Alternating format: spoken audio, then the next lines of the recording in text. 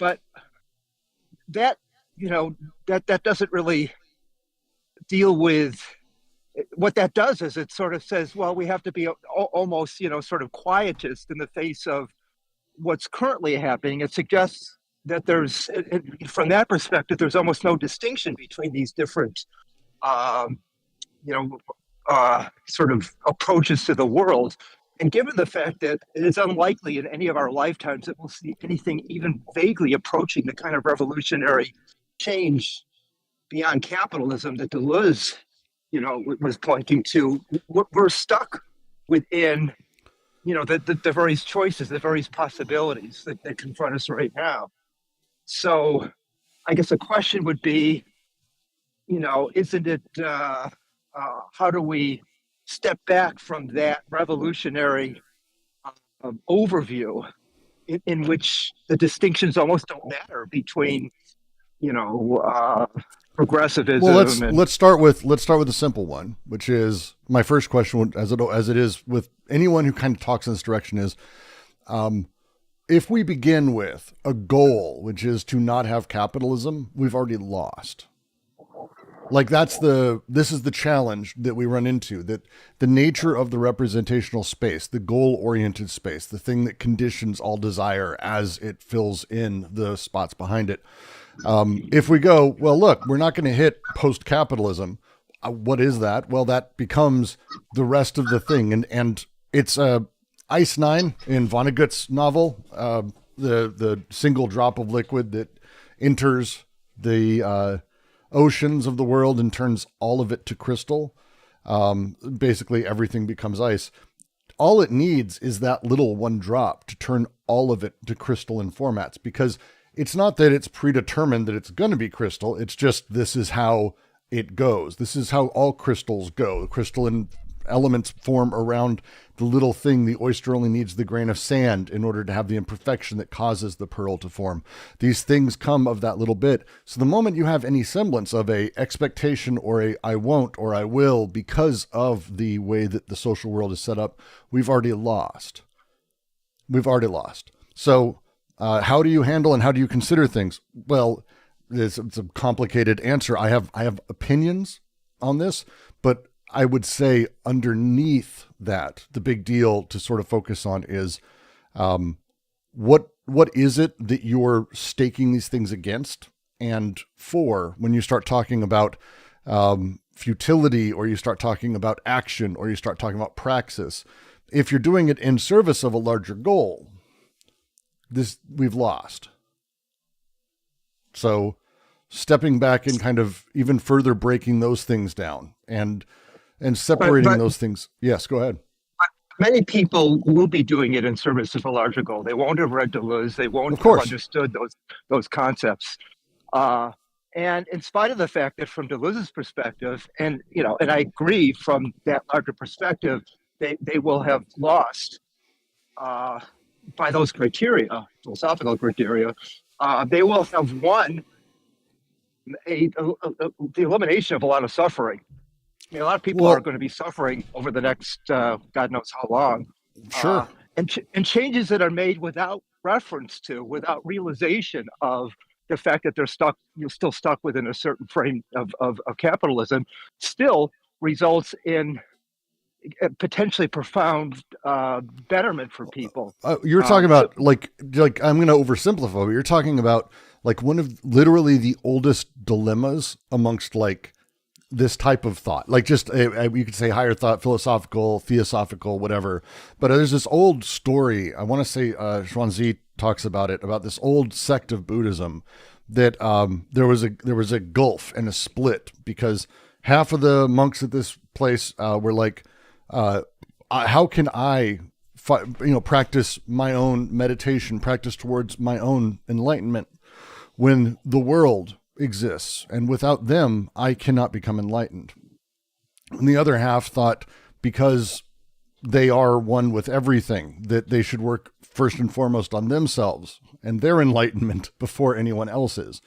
And that is kind of the dichotomy you're talking about, is as I go, if I'm doing the thing and everyone else is going about their thing and they're doing the Donald Trump thing or the fascising thing or the lib thing or the Marx thing or the Jordan Peterson thing or the incel thing or whatever, just name a fucking thing. They're all doing their thing. Am I having impact on the world? What am I doing? How am I doing these things?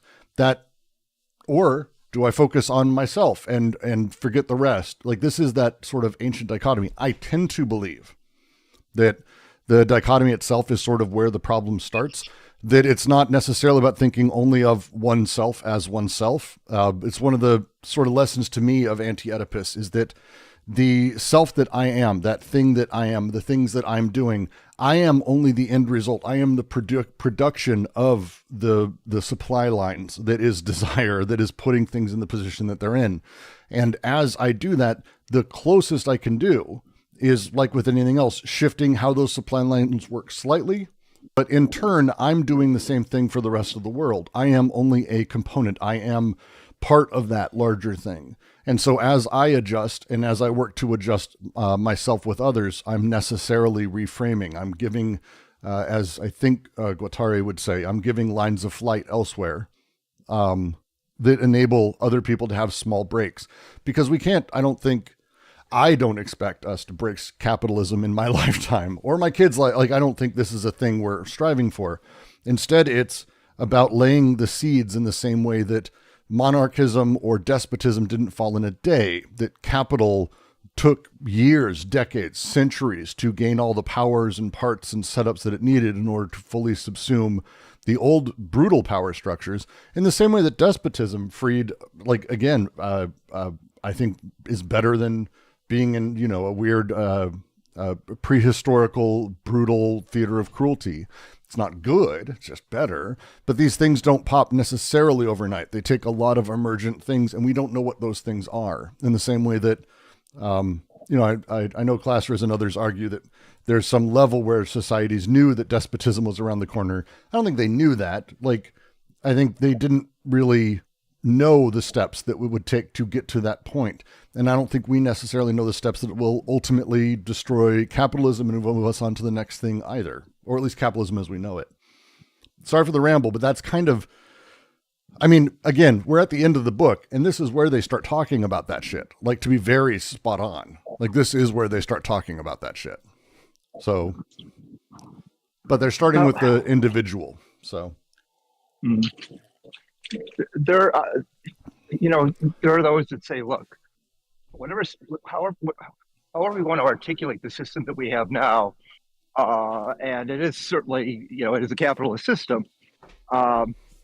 It's what people would talk about it as a capitalist system with checks and balances, with a robust civic culture, and then they would talk about how if you have an individual, right, who's interested in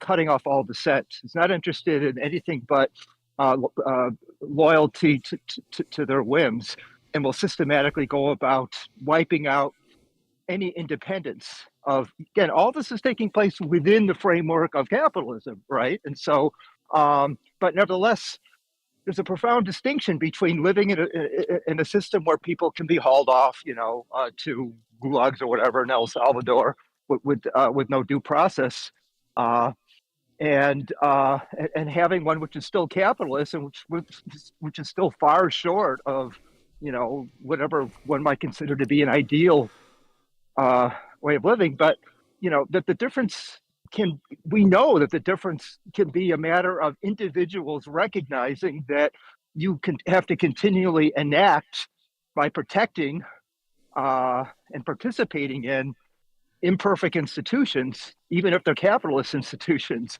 because that's a difference between a lot of people getting hurt in ways that they won't be hurt if you do those things, even though you're still settling for less, but if you can still make the distinction and say, hey, a despotism was better than what before it, you can say having a capitalist system with checks and balances is better than the alternative, which hangs now by a thread in a way that it hasn't ever in American history. We've never Or had a president with this personality set of personality features, which is absolutely singularly bent on their own will. so I actually disagree with that statement. I think there is a romanticism that we've got when it comes to the history of America. Very specifically, let's talk about like our first president, George Washington, who literally utilized America in order to make himself more wealthy at the point of a gun.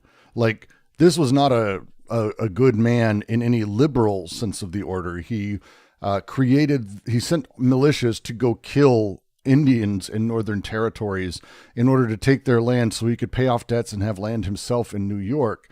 And when they killed the militias, sent one of the guys back, his horse with his fucking head attached to it, he formed the army in order to go up and kill them.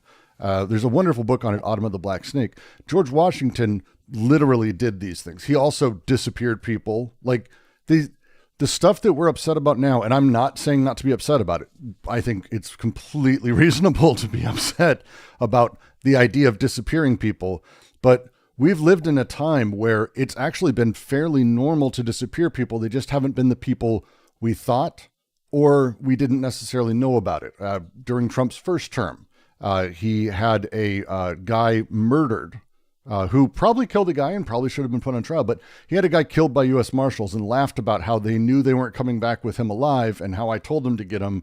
And they killed a guy. Obama, who conducted drone strikes without trial on an American citizen and his children, multiple children. We're talking about something else. There's a distinction between an executive overreach that's doing it for the sake of a partisan we, maybe even a mob, but it's for the sake of a group that within themselves comes to consensus and then goes. And there's one of the worst examples of it was around World War II under Woodrow Wilson, where there were severe suppressions of free speech in the name of the war effort and in the name of a panic over the possibility that communism would overtake the U.S.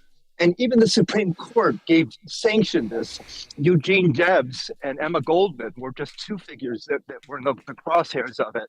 Mm-hmm. But it was in the name of a we.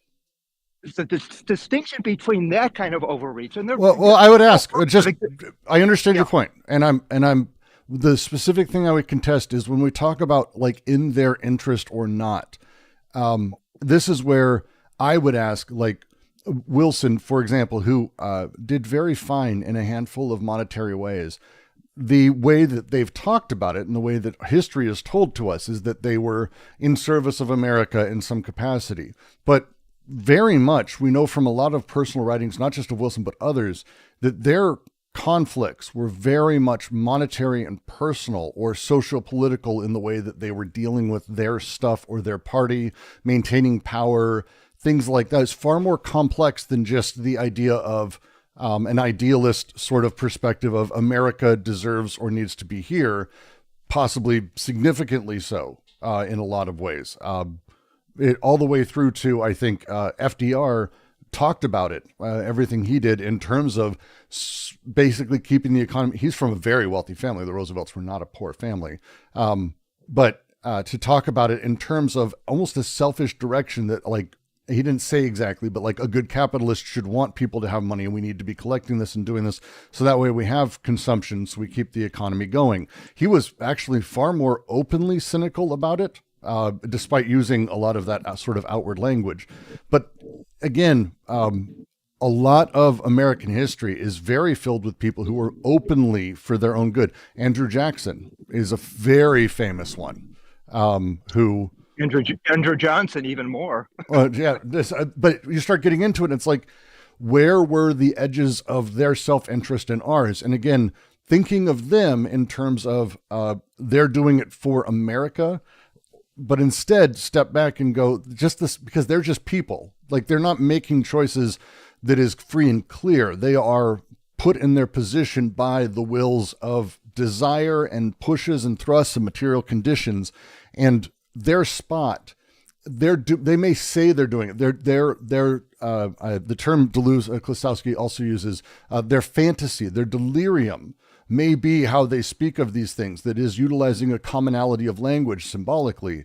But is there like thrust or drive coming from that position? No, these are dead positions that don't have thrust or drive. There's an attraction to that structure.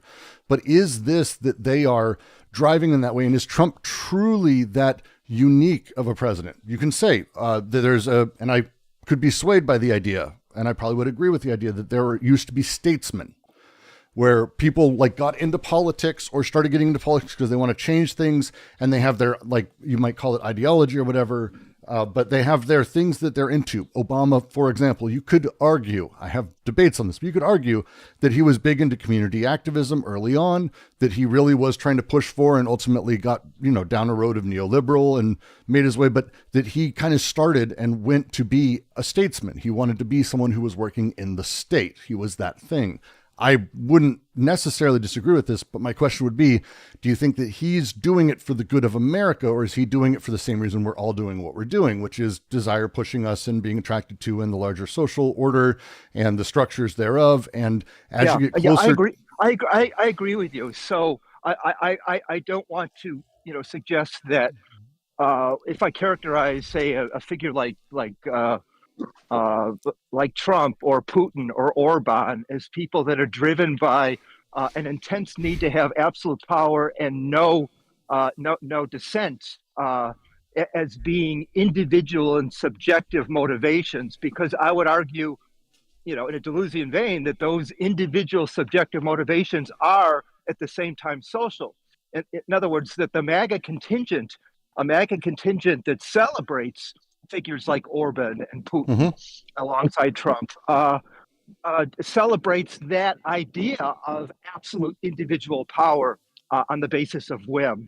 But even putting it in those terms, one still can make a distinction or a comparison between the damage wrought by that kind of a social milieu and a social milieu that in which you have presidents that say, yes, I'm doing it in the interest of my notion of here we enter the second challenge, and it's a difficult one.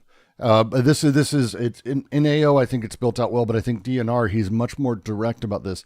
Once we start speaking of things as analogous, or able to sort of be substituted for other or similarities in that way, the analog of a thing.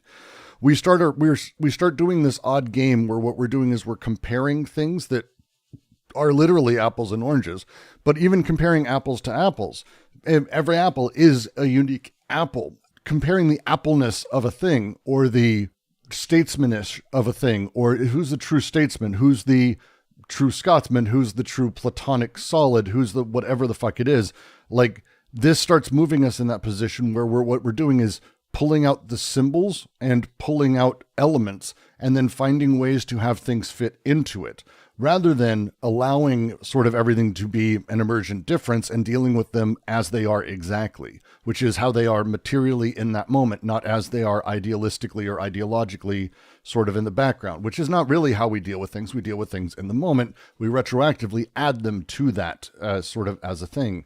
And so when we get stuck in the analogical or well, look, these guys were kind of the same. This is the setup. The only similarities for me that I'm seeing is that the overall system as a thing continually is putting new people in power and moving them out and moving new people in and sort of shifting.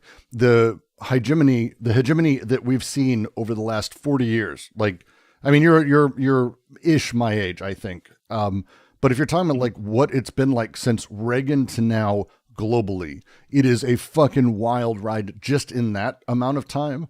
But for my parents or our parents, it was the same thing from like the 40s to the 80s. And for their parents, it was the same thing from the zeros to the 40s. Like, these are the way that things go, things change, things shift, and we seem to be able to lock them back because that larger fantasy, that larger delirium, that larger system that enables this kind of thing, which is founded in how we're taught language early on and how we're sort of taught the symbolic structure of mommy, daddy, me, mom, dad, symbols, representation, enables this type of thought. And that type of thought ultimately begins to crush desire because it traps it inside of, though it's similar enough. but it's wholly new, but it's similar enough. And you don't allow for the new, the emergent, the shift. And so to be a short version, because again, they're going to get into this. Then like the next chapter of this book, I know you know this too, but like this is kind of the point of what they're going over. And I want to do the reading. Can we jump back to this afterwards if you're up for it? If you're still around, Josh? Yeah, absolutely. Yeah, absolutely. Yeah, thanks for because this is no. I mean, like I'm not doing this reading for no reason. The reason I'm doing it is because of those kinds of questions that I find incredibly important to how I look at things. Yeah, so, I figured that. Yeah, and I would love to have the discussion because this is where, like, I don't want to say I'm treading thin ice, but it's probably the closest. This is not a place I'm necessarily secure in how I'm stating things. Like, I'm not like, yeah, this is what they would say. This is how this is. Now we're talking about like I said, the oldest question. And it's the monks that debate is the one that sticks in my head forever. Should I work on myself while everyone else is suffering, or do I offer nothing to myself and support everyone else because I can't support myself until everyone else is fixed? That debate feels like it's an amazing, like it's an old story, but it's like it feels at the center of a lot of these questions when we get down to it for me. Yeah, absolutely. Brooks. Yes. LJ. I feel like it's, by the way, just 3 things. I was writing things down. Do you feel like Roger would have a very good saying here? You know, surplus and non-self together? I mean, maybe that's too Lacanian, where it's not schizoanalysis anymore, but I do feel like these, whatever surplus jouissance, it's a very old topic in Marxism, no? Yes. Surplus is surplus is kind of the center of this book too. Bataille's writing, yeah. Glosowski's writing, it's centered to all of it because, for a lot of reasons, but yeah. I mean, I understand, but I'm just curious. If you go to the route where you go by the joy, what does it mean to be jouissant? What does it mean to have surplus? What does it mean to keep it within the name of the Father? Is that too Lacanian, where it's not schizoanalysis anymore? Yeah, it's like you kind of put a lot of structure on that. It becomes structure really fast. Yeah, I know, but if you don't put it into that, how are you going to understand in the real world applications and analysis? Because even I think there's ways to do it. So, like, look, I talk of the story of the 2 monks, and someone in chat, someone in YouTube is like, should I eat all myself or give it all away? Hilariously, I think the best answer to this is actually in the Christian Bible, of all fucking things. There's a story of the loaves and the fishes, and a lot of people read it however they do. But one of my favorite readings of it is that we have this thing where we feel like if I start giving stuff other people will take, I need to give to them. Or we feel like other people have and they should give to me. And we have this immediate locus of us at the center of, because that puts us at the center of both. It's either I can save everyone or everyone should save me. Kind of, that puts us there. The story of the fish and the loaves, though, is just literally everyone looks like they're hungry. And he's like, oh, I'll go first. He gives to someone. It turns out everyone has kind of just a little bit less than enough, but by adding a little bit to it, everyone eats different ratios, and slowly actually everyone gets to eat and everyone has their fill. It's not that he produced a miracle of like 1 million loaves or 1 million fishes. It's that by changing the paradigm of that, by shifting how people consider it, that it's not them or others, but instead that they are a conduit of desire, that they are a conduit of things, that they exist as a part of these things. And if they understand that, as soon as you remove them as being the locus, basically, as soon as my ego isn't part of it, I understand that I'm part of things, that it's not, I need to save myself or everyone. It's instead that I kind of need to keep eyes on what I've got, not be thinking the large giant stories that all they can do is cause me to shell up or sacrifice myself, set myself on fire. It sounds like this is already set series. For me, it's just, I'm very surprised until this point, because you said this is about the end of the book and the name of the Father has not been mentioned yet. I feel like it's very interesting where name the Father does not necessarily push for a certain kind of structure. And name of the Father's the law.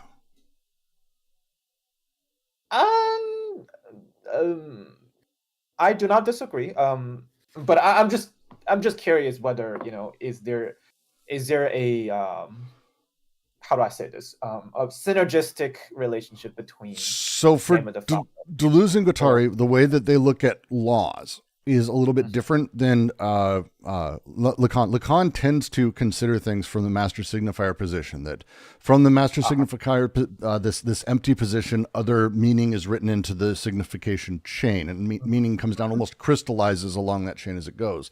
For them, Yes. it shifts differently, and they take these pieces and they go, the nature of law underneath the QC. Sorry, someone's writing in chat. The nature of law within desire is axiomatization. So as the decoding of desire happens, as desire is effectively freed from the master signifier of the despot, and again, it's not all at once. This is still happening. We still have an extraordinary number of social codes and relations that are placed in there in our social historical from 1,000 years ago that we don't even consider or think about. But as these things are slowly destroyed, they're not simply freed desire. What comes along is what you might call the name of the father. They call axiomatization, because they see meaning within. I think I get it, because well, it's a slight difference. I want to really quick finish, because within axiomatization, it's about sets of things. So it's about understanding the world from almost the position of set theory or calculus, that rates of change, sets, how things come together, heterogeneous or homogeneous series of things. It isn't that there is something on high, but instead, because of the axiomatization and the way that representation works, when my parents taught me things, those laws apply to kind of whatever sets as I see them from my position. So there's an odd way that the axiomatic plays within the individual that's a little bit different than name of the father, but it's pretty close. I mean, again, this. Yeah, I would say maybe it's more to the surplus side, right? Because name of the father is what is proper, and then the axiomatizing is like you go beyond proper, and then what is the surplus that can maybe manipulate it into proper. But we can talk about that later. Yeah, no, we can talk about that. It's again, it's close. But it's not exact. That's not exactly schizoanalysis anymore. I'm interested in whether that's actually, which side is it closer? Is it more to the, the orthodox like psychoanalysis or schizoanalysis? No, yeah, we'll get there. So we left off last week in the French, where the French had because in the French they have paragraph breaks that they decided to get rid of in the English, or because of my awful PDF. Both things have fucked this up. So we're at the bottom of 316. And it's just a very small amount, because it's the schizo for walking a deterritorialized circuit is the ending of it, which is awkward. This section, as we've been talking about, as I sort of mentioned in the stream title, and as those who've been here know, this is about schizoanalysis. We've been sort of breaking down the various parts of schizoanalysis. They've been building up and sort of heavily going into their direct critique of psychoanalysis throughout this entire bit. This last thing, and I kind of want to reread a little bit because it'll help us as we make our way through. And then I'm going to talk also about Charlie Chaplin for a second before we go, because I know not all you kids know the films of your great-grandparents, I guess, at this point. I don't know how old people are anymore. I feel old every day. But the question they've got, and it's a big one here and has to do with the Oedipalization of things. Their question is about Judge Schreber. Judge Schreber, who was a fairly famous case, wrote his own sort of analysis of his life, but he did it from a position of just presuming all of it's true, talking about God turning him into a woman, possibly impregnating him, having his stomach removed and then replaced with a Jew's stomach, as he wrote. Like, he was clearly not, we will say, healthy. But his illnesses and how they came out, the question is what sort of created them? What are the material conditions that push them forward? Traditional psychoanalytic thinking would be like, oh, it's Schreber's relationship with his mother and father and his failure to be properly Oedipalized in a triangulation with them. So he understands his place socially, so that way his sexual desires are able to be properly sublimated or changed into productive, proper movement and forces forward. But D&G asks a very particular question, because Schreber's father, who built fucked up literal machines of metal and binding and locks and all kinds of stuff, all kinds of shit, and put him on his son. There's one, I can show images if I need to again, but the short version is like a chair for a child with a rod up the back and a thing that holds the head in place. So that way they have to stand up perfectly straight. So there's no slouching. He built shit like this, and it was considered progressive. So you got to just remember how fucked up the 1800s were. But they've got this line here, because this is their question. Is it Schreber's father who acts through machines, or on the contrary, is it the machines themselves that function through the father? Psychoanalysis settles on the imaginary and structural representatives of reterritorialization. This would be the father. Schizoanalysis follows the machinic indices of deterritorialization. This shift in how we sort of focus is kind of going to be the rest of this entire book. Because as psychoanalysis focuses on the father, which is the imaginary and structural representatives of the reterritorialized desire. Thank you, Grisler. Love you. As they focus on that thing, what's happening opposite this is that schizoanalysis is saying, you're down road a little bit. Rather than how he's focusing or talking about his dad, or that his dad is kind of what became the symbol or the representative of the machines, let's actually talk through the literal machines, the stuff that's happening and the desire pathways that are formed, not necessarily the structural investment after the fact. And that's why they say the line, the opposition still holds, as they did, it's the second line in the book, between the neurotic on the couch, an ultimate sterile land, the last exhausted colony, and the schizo out for a walk in a deterritorialized circuit. This still holds. Then we continue. We're going to be getting into Charlie Chaplin. I learned last time that I can't play Modern Times, and I can't play Charlie Chaplin on screen. Otherwise, I get strikes that I have to deal with. So we are not going to be watching Charlie Chaplin this time around, motherfucking. How long does a film have to be before it's public domain? Turns out the music doesn't matter. They still own the music, and that's how you get fucked. But Charlie Chaplin, the nature of sort of how he played into things or what people enjoyed of his movies, what he did on screen, you have to go watch Modern Times. I mean, it's wonderful.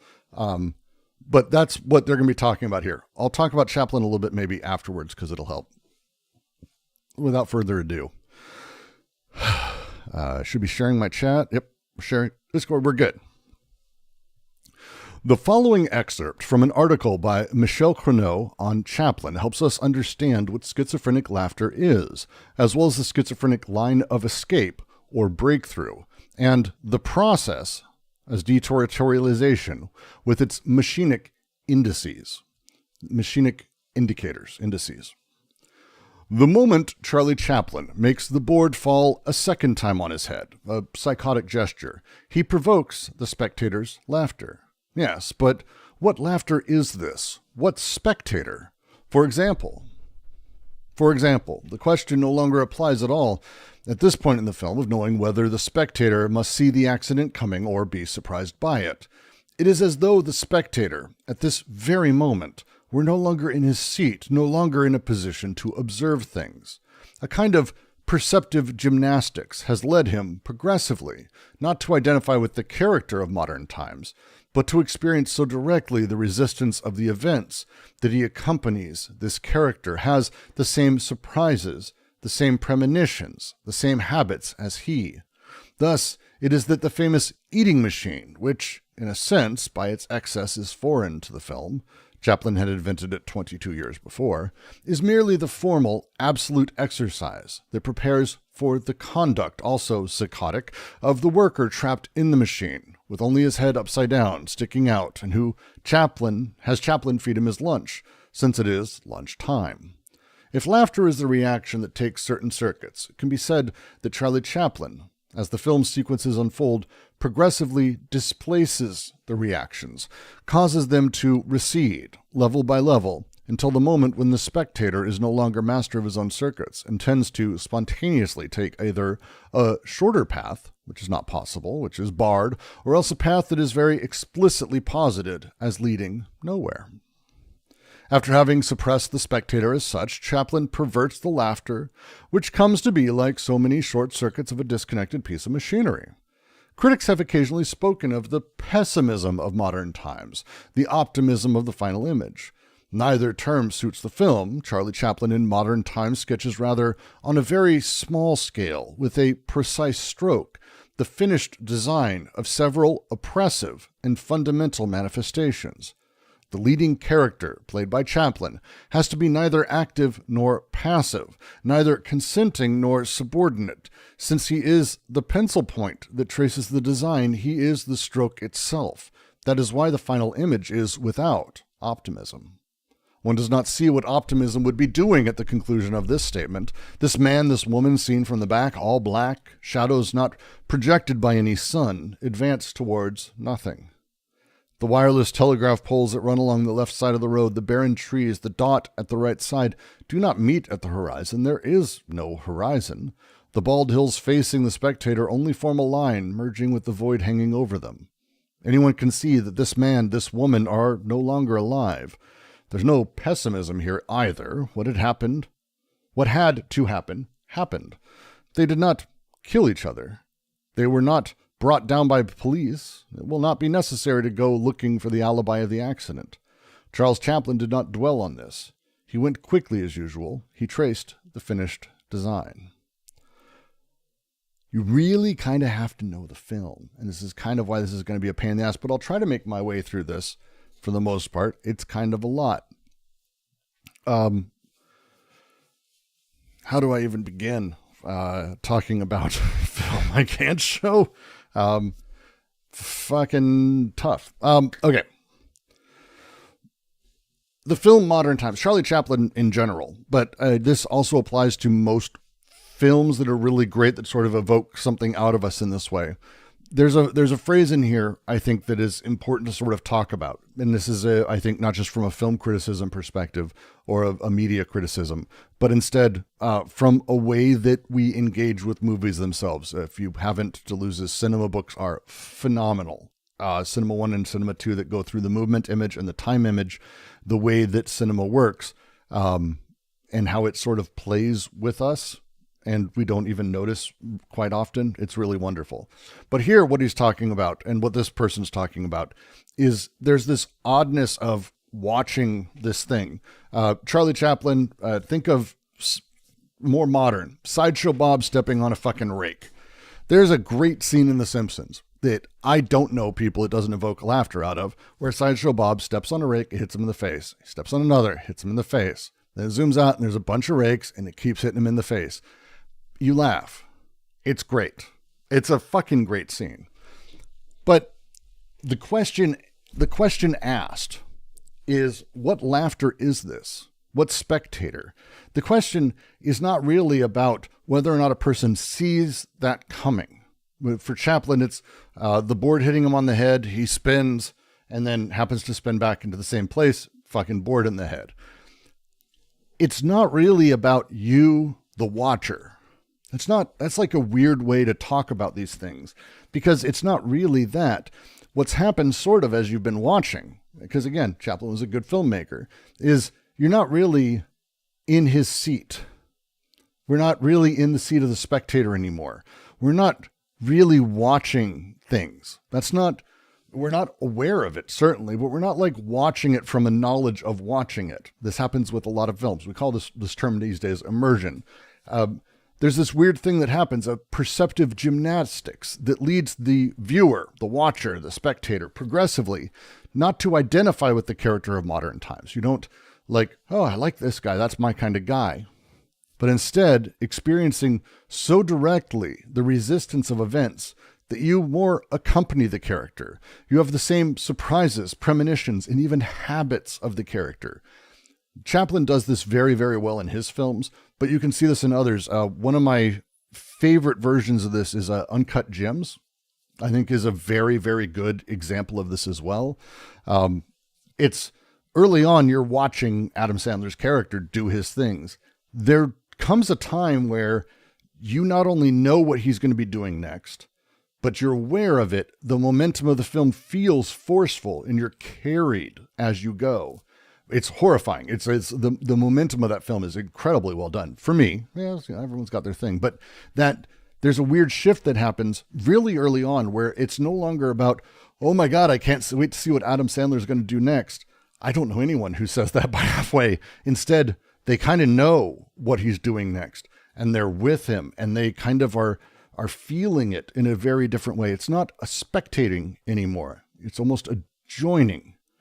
This moment, and they use the example of the eating machine. If you haven't seen it, Chaplin, 22 years before, it's true actually, long time before, Chaplin had built this machine that like fed him. If you've ever seen the intro of Pee-wee's Big Adventure, it's the breakfast making machine. It's a Rube Goldberg-esque nightmare of a machine that literally just sort of does whatever's coming next, and he's got to keep eating or making the next step or doing the next thing. This is the machine of consistency that's sort of happening there. But the famous eating machine, in a sense, it's foreign to the film, but it's the formal exercise that prepares for the conduct of the worker trapped in the machine. Charlie Chaplin's trapped in it, and it's continually going around. It spins him over. It's upside down doing different stuff. And it's this really strange sort of back and forth that starts happening where we laugh, but it's not laughing at the thing. We're within it. For you Brits, Wallace and Gromit, my kids love fucking Wallace and Gromit. There's this kind of thing where even when you're talking about a Gromit, the dog just running around and doing stuff, you're not really watching, you're kind of joining. You're kind of along for it. It's a different mentality. If laughter is a reaction that takes certain circuits, it could be said that Charlie Chaplin, as the film sequences unfold, progressively displaces reactions, causes them to recede level by level until the moment when the spectator is no longer master of his own circuits, tends to spontaneously take a shorter path, which isn't passable, or which is barred, or else a path that is explicitly posted as leading nowhere. This is a very poetic way to talk about that shift that happens as we become immersed in a film. I would argue for a game, whatever it may be, I think you can see this in paintings, even if you, depending on how you go about it, but depending on the skill of the painter, I should say. But the setup is that as modern times goes, you begin reacting to Chaplin. Like I said, for Uncut Gems, you're reacting to Sandler, but slowly the reactions are displaced. The reactions recede. It's not that you're reacting to the character.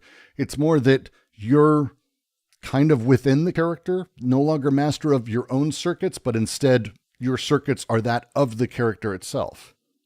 The circuits are that of Adam Sandler's character, who's going about doing his thing, and you feel the thrust. I mean, I did when I watched it, and I've read more than a few reviews who have argued the exact same thing, that they feel the thrust of his character. They feel where he's going. They feel the forces at play behind him, the momentum of the entire event all the way through to the end. And, as awful as that is, and it is itself. But the example of Chaplin here, I think, is incredibly powerful, because at this point where you kind of have no other options, you don't have another way to go, right? One way is barred, the other leads to nothing. So you're stuck in that place. You can't help but laugh at the tragedy. This happens, by the way. This is like dark humor as a thing, for example. You can't help but have not a reaction to it, but to be in a place where you feel like you have no other reactions. The phrasing they use, and I really like this. Charlie Chaplin in modern times sketches rather on a small scale with a precise stroke the finished design of several oppressive and fundamental manifestations. Just that thing right there. It isn't, there's this larger story, this larger final optimism. It's like this thing. It's like, no.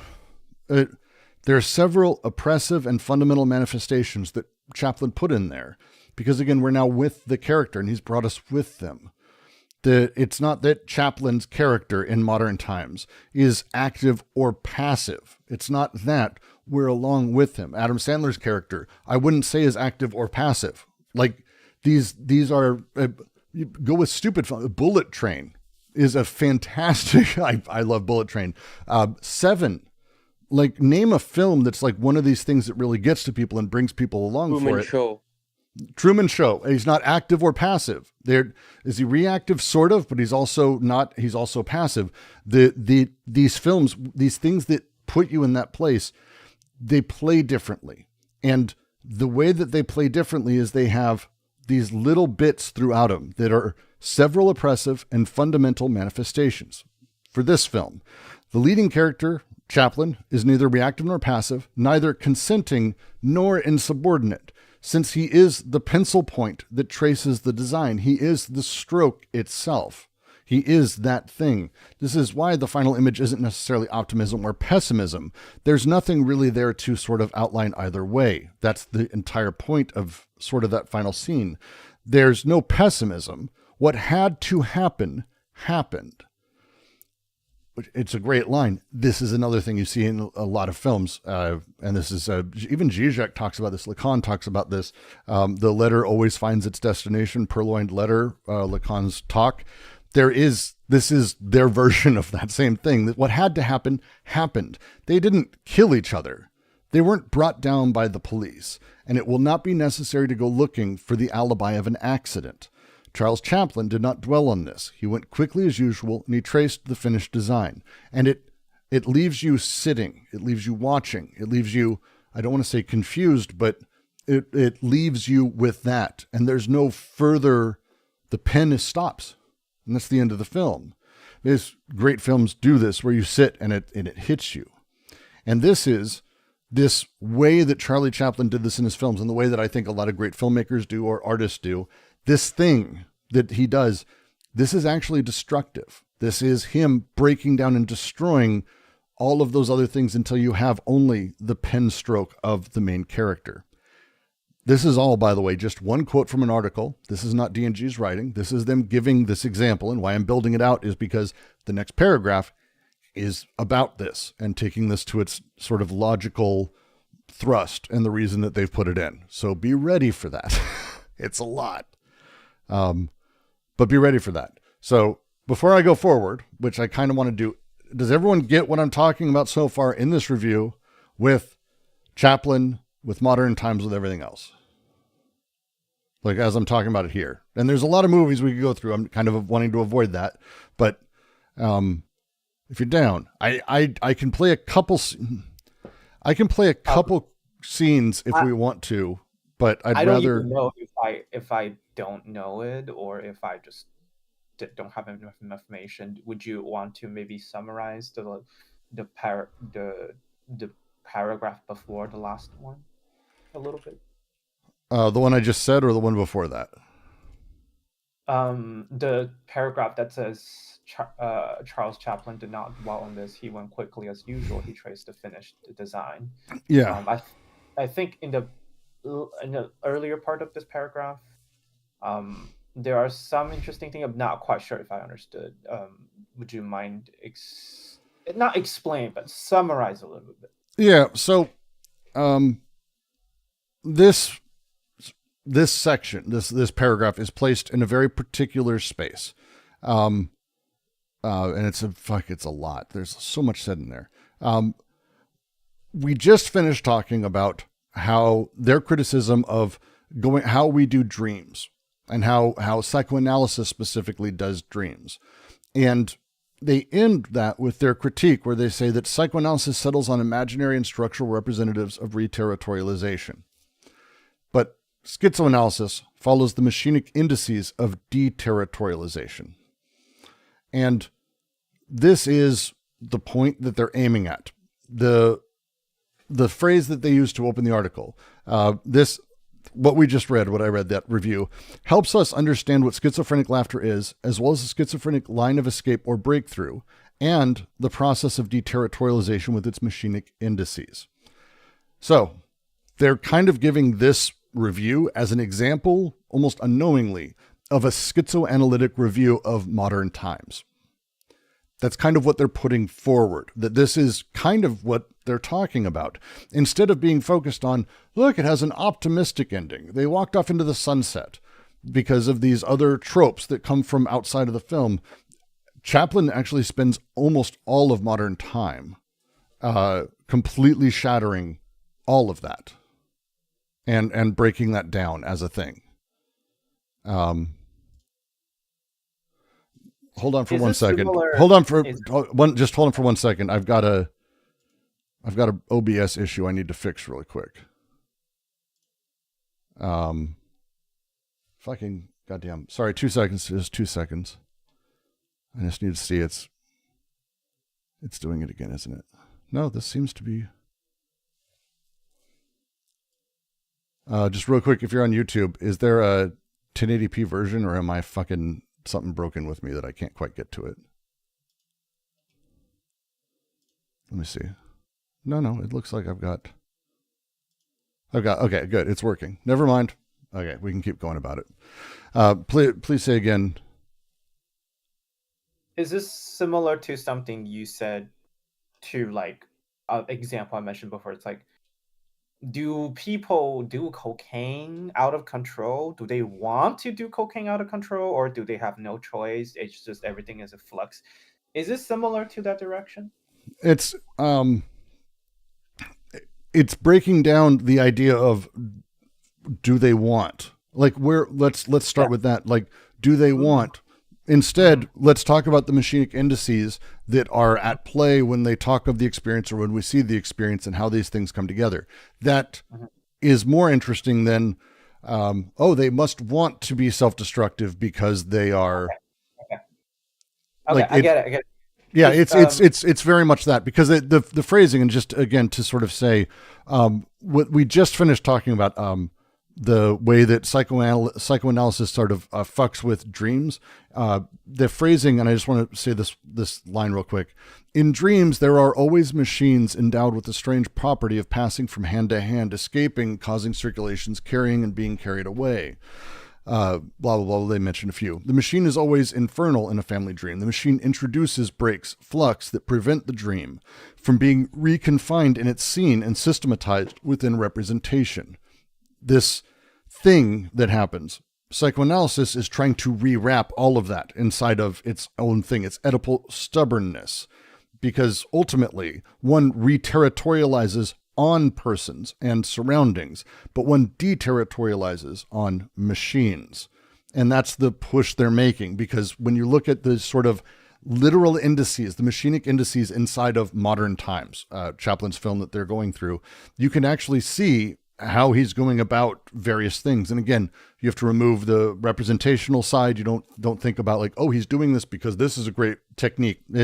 What's happening in the film is slowly breaking things until you are basically along the ride with, as the reviewer says, the pen stroke that is Charlie Chaplin's character, all the way to the end, with an ineffable ending that is sort of just its own.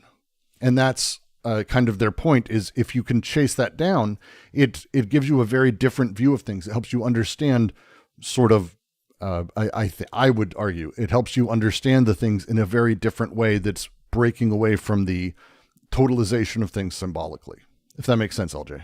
Yeah, I think so. Because I was, do you remember the example I was giving when you were saying like, oh, you were giving the example of cocaine. I was talking about the woman that's extremely racist, but also she's enjoying whatever she does. And then you were saying, oh, this is similar more to the people doing cocaine. They spiral and spiral. But do you remember the example?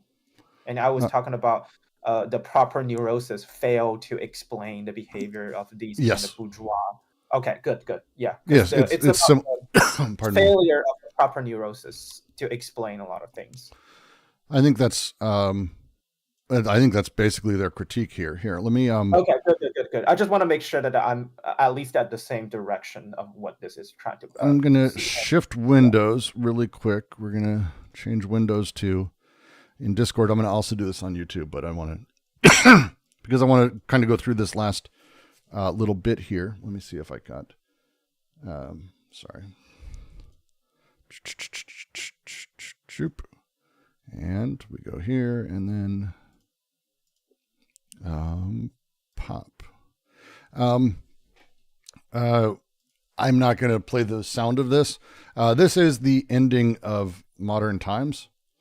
And we're just going to jump kind of a little bit. The music is what tags me every time. But the ending is kind of the point of how they're going about their thing. And it's kind of an incredible, odd. It's not off into the sunset. There's no horizon of infinite.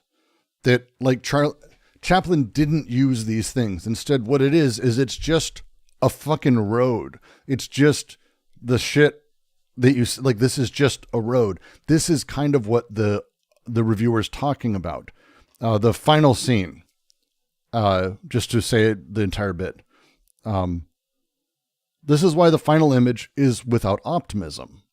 One does not see what optimism would be doing at the conclusion of this statement. This man, this woman, seen from the back, all black, shadows not projected by the sun, advancing towards nothing. The wireless telegraph poles that run along the left side of the road, the barren trees dotting the right side do not meet at the horizon. There is no horizon. And it's all the way through to the end. There is no horizon. It's just a road. The bald hills facing the spectator only form a line that merges with the void hanging over them. Anyone can see this man and woman are no longer alive. There's no pessimism here. What had to happen happened. They didn't kill each other. They were not brought down by the police. It will not be necessary to go looking for the alibi of an accident. Charles Chaplin did not dwell on this. He went quickly. He traced the finished design.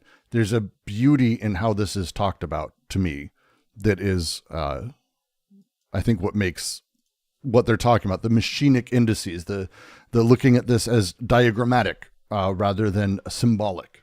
And starting from that position, I think is powerful, personally. And that's kind of what all of this is going to, and we're going to be getting into that very quickly here. But that's the final scene. There we go. That's as much as I think we're going to watch of that today.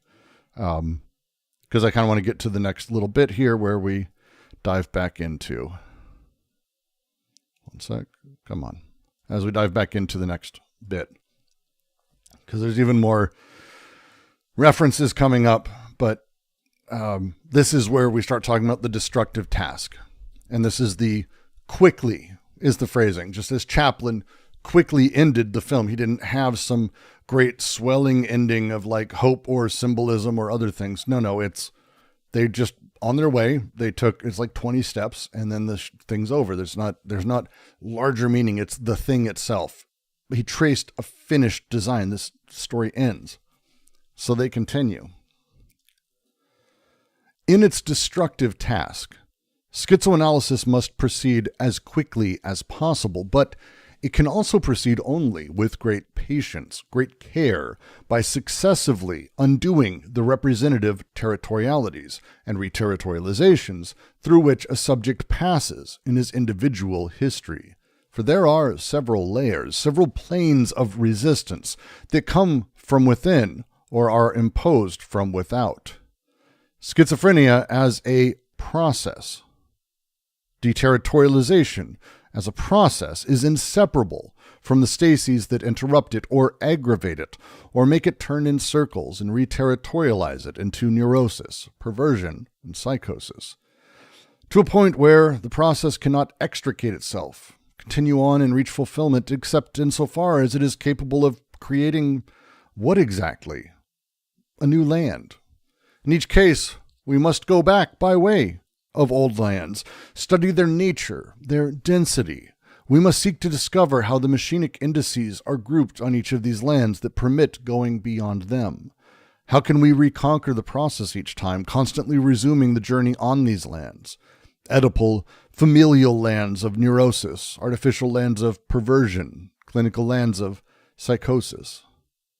In search of lost time as a great enterprise of schizoanalysis, all the planes are traversed until their molecular line of escape is reached, their schizophrenic breakthrough.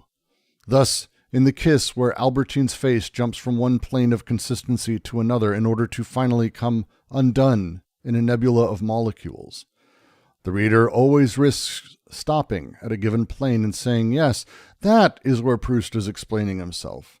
But the narrator spider never ceases undoing webs and planes, resuming the journey, watching for signs or the indices that operate like machines, and that will cause him to go on further. This very movement is humor, black humor. Oh, the narrator does not homestead in the familial and neurotic lands of Oedipus, where There where the global and personal connections are established, he does not remain there. He crosses these lands, he desecrates them, he penetrates them, he liquidates even his grandmother with a machine for tying shoes. The perverse lands of homosexuality, where the exclusive disjunctions of women with women and men with men are established, likewise break apart in terms of the machinic indices that undermine them. The psychotic earths with their conjunctions in place. Charlus was therefore surely mad, Albertine too, perhaps, are traversed in their turn to a point where the problem is no longer posed in this way.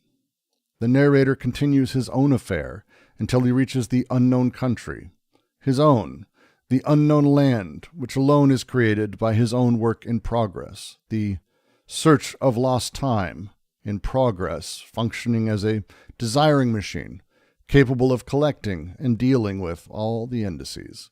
He goes towards these new regions where the connections are always partial and non-personal, the conjunctions nomadic, polyvocal, the disjunctions included, where homosexuality and heterosexuality cannot be distinguished any longer.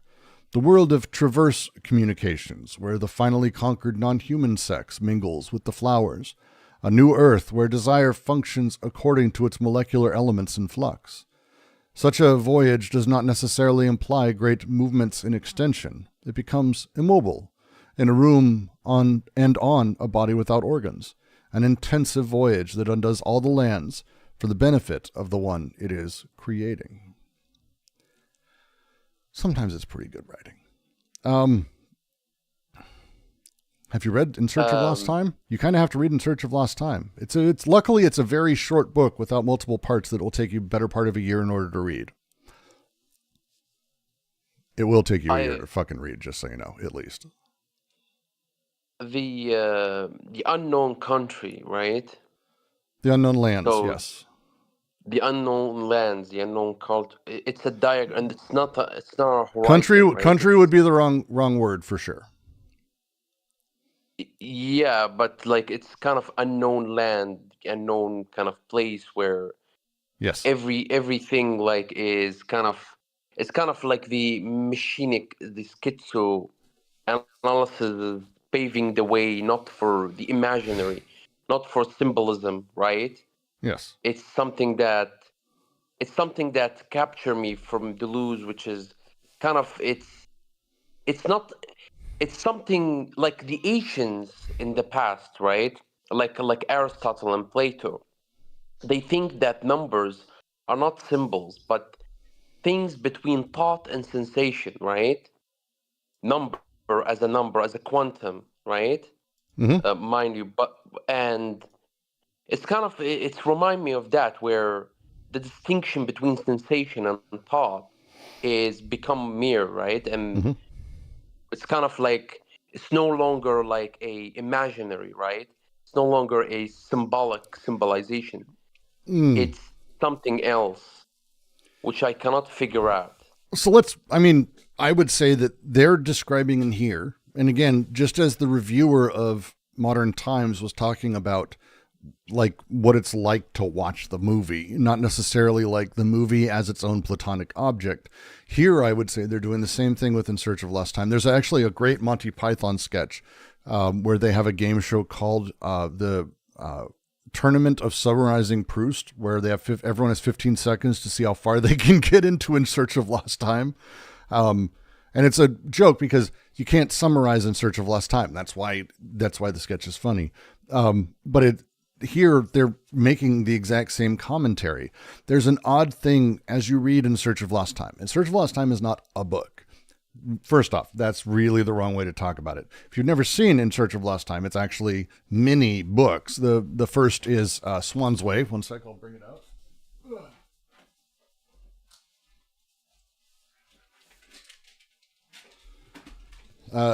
Here's my copy. It's a remembrance of things past. Again, translation, always fun. But it is, this is 2 books, but it's actually, each one is itself 3 and 4. So there's like 7 books total in it. As you read In Search of Lost Time, you start with Swan's Way, you make your way through, you're going to do the thing that everyone does these days, especially. As you read, you're going to go, oh, this is what the book's about. because we can do that with kind of a lot of shitty authors. There's a lot of really shitty authors we can do that with.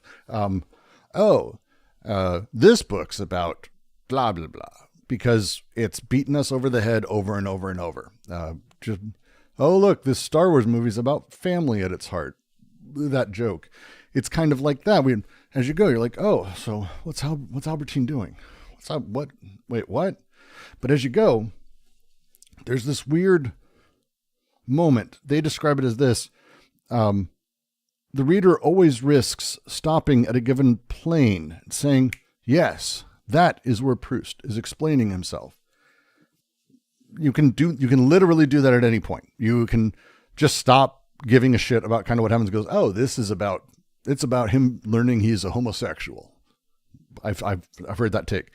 It ain't. I've heard it's about this moment. It's about this thing. And every time something happens that is adding to this plane, and as you travel down all of this, and if you haven't read In Search of Lost Time, it's very difficult to describe how he writes, short of literally. Among all the methods by which love is brought into being, among all the agents which disseminate that blessed bane, there are few so efficacious as the great gust of agitation which now and then sweeps over the human spirit. For then the creature in whose company we are seeking amusement at the moment, her lot is cast, her fate and ours decided. That is the creature whom we shall henceforth love. It is not necessary that she should have pleased us up till then any more or even as much as others. All that is necessary is that our taste for her should become exclusive. And that condition is fulfilled as soon as, in the moment when she has failed to meet us, for the pleasure which we were on the point of enjoying in her charming company is abruptly substituted an anxious, torturing desire, whose object is the creature herself, an irrational, absurd desire, which the laws of civilized society make it impossible to satisfy and difficult to assuage, the insensate, agonizing desire to possess her. It's good writing, by the way, if you can't tell. But it's also not pointing at a thing. And the example they use, and it's probably one of the more memorable parts of the book. I've read it before. I'm not going to do it again. When you go in for a kiss, like that first kiss, and that's what the scene with Albertine is. Thus in the kiss where Albertine's face jumps from one plane of consistency to another. This is a very fancy way of saying the way it's described is leaning in, but the furtive glances that exist as you nervously reach in for that first kiss, noticing a butterfly there, this here, a freckle there. There's no longer a person. Like, this is how Proust describes that first kiss. It's not really a person. Now it's the smells, the taste, the first taste, the way that the warmth hits, the warmth where it hits the edges of your cheeks. He breaks this thing down into like this insane kaleidoscope of a person. It's incredible. The way that he describes it. I found it powerful, and I'm not alone. Again, it's fucking Proust. People love this shit. But you sit here and you can take this and you can't really make a thing out of it. You only can kind of keep going, just like with modern times. You can only kind of keep going with the character because the character is effectively the pen stroke. The character is the pen stroke. They're the ones doing the thing. And that weirdness, that oddness of that we can't settle on, this is Conan the Barbarian trying to do X, Y, and Z. Or, people do this with complex books. Dune is about just making sure you don't really follow a charismatic leader. It ain't. Like, that's a very simplified thing. You can grab any plane and go, right here, that's the thing. This is what we can do. This is where we're at. That's what I'm going to do. That's where we're going to set it up. Or, as the writers tend to take you, the narrator does not homestead in familial and neurotic lands of Oedipus. They don't fall back on that. This isn't I may like the TV show, but Jack Reacher, if you've ever read the books, is ensconced in traditionalist presumptions and language that you can just, like, it's a story that's happening in our world, which is fine. Like, trash is trash. I like my trash. But Proust doesn't do that. Proust breaks those things apart. Constantly is shattering them. The weird things start happening where it's no longer, even as you make your way through the whole book, it's not really about homosexuality, not as we would call it today. it's about it's not even really about queerness. It's about people and the again, I can't, fuck me, I can't do this. Like, that's it. That's it. The perverse lands of homosexuality, where the exclusive disjunctions, women with women, men with men, there's again, exclusive disjunctions of homosexuality, those also break apart in terms of the machinic indices that undermine them. Proust has that great line about, and I mentioned it before, and it's what they're talking about really here, because it's throughout the books, where Proust writes about calling, there are straight men, he says, are effectively gay, but they're kind of some other thing. It's men who like sort of strong or even hairy women. There's a thing. There's parts of homosexuality in that for Proust. Or men who like petite women without curves.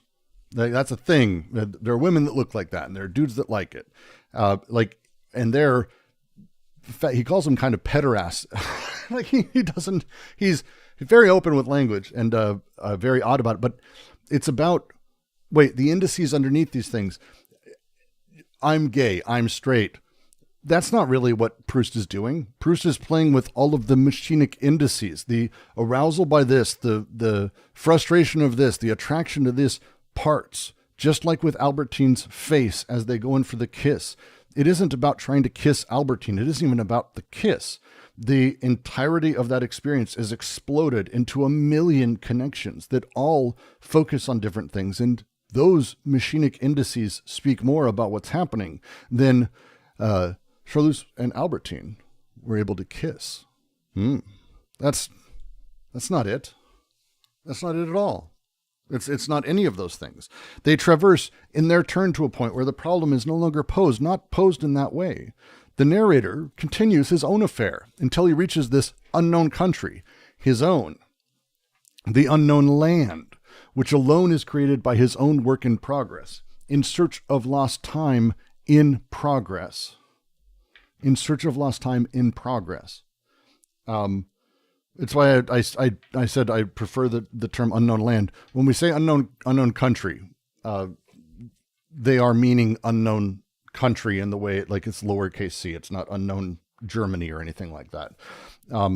It's the conquerors who there's the edge of the earth, and there you are stepping off of a boat onto a new land.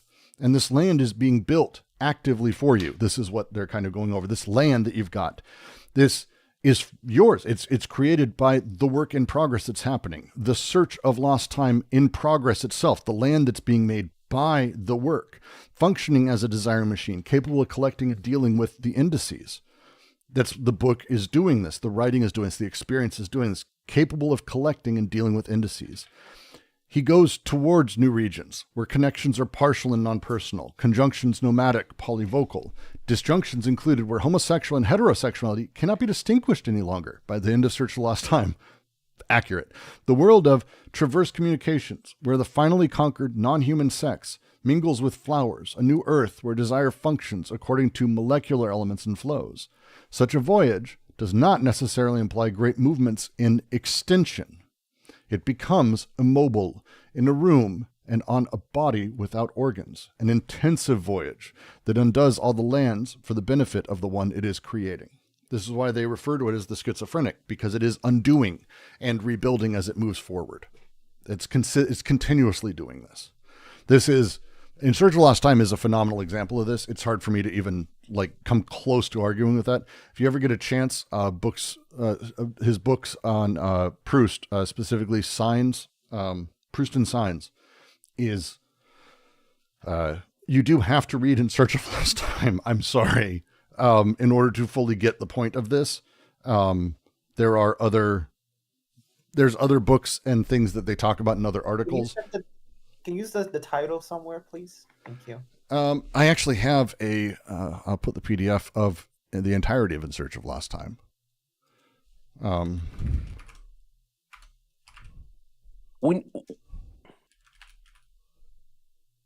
Please. When you said the undoing, right, it reminded me of Nietzsche's word, right, in the genealogy of morals, right?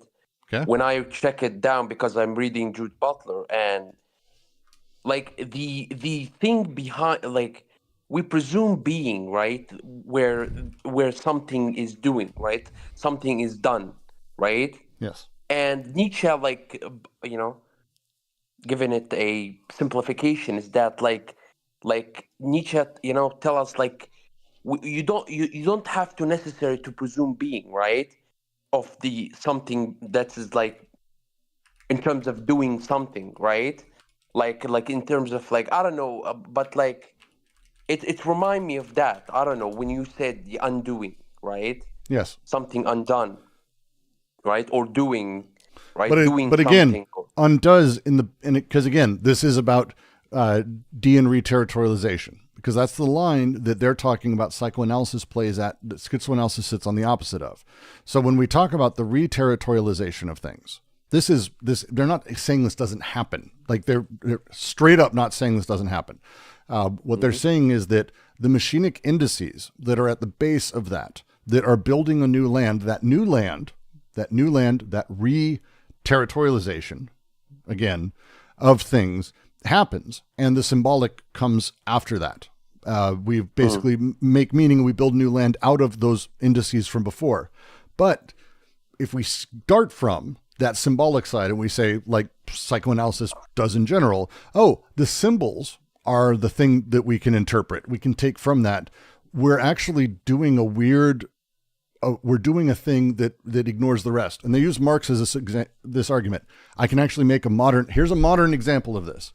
Let's talk about tariffs for just a second, because I know it's exciting and super fun, but people from the outside, they see how the world works and they see it symbolically and they go, well, look, tariffs did this at this point. And again, just from within their own limited understanding, tariffs were used in the past in R4. And again, I'm speaking symbolically like a trumper and all these.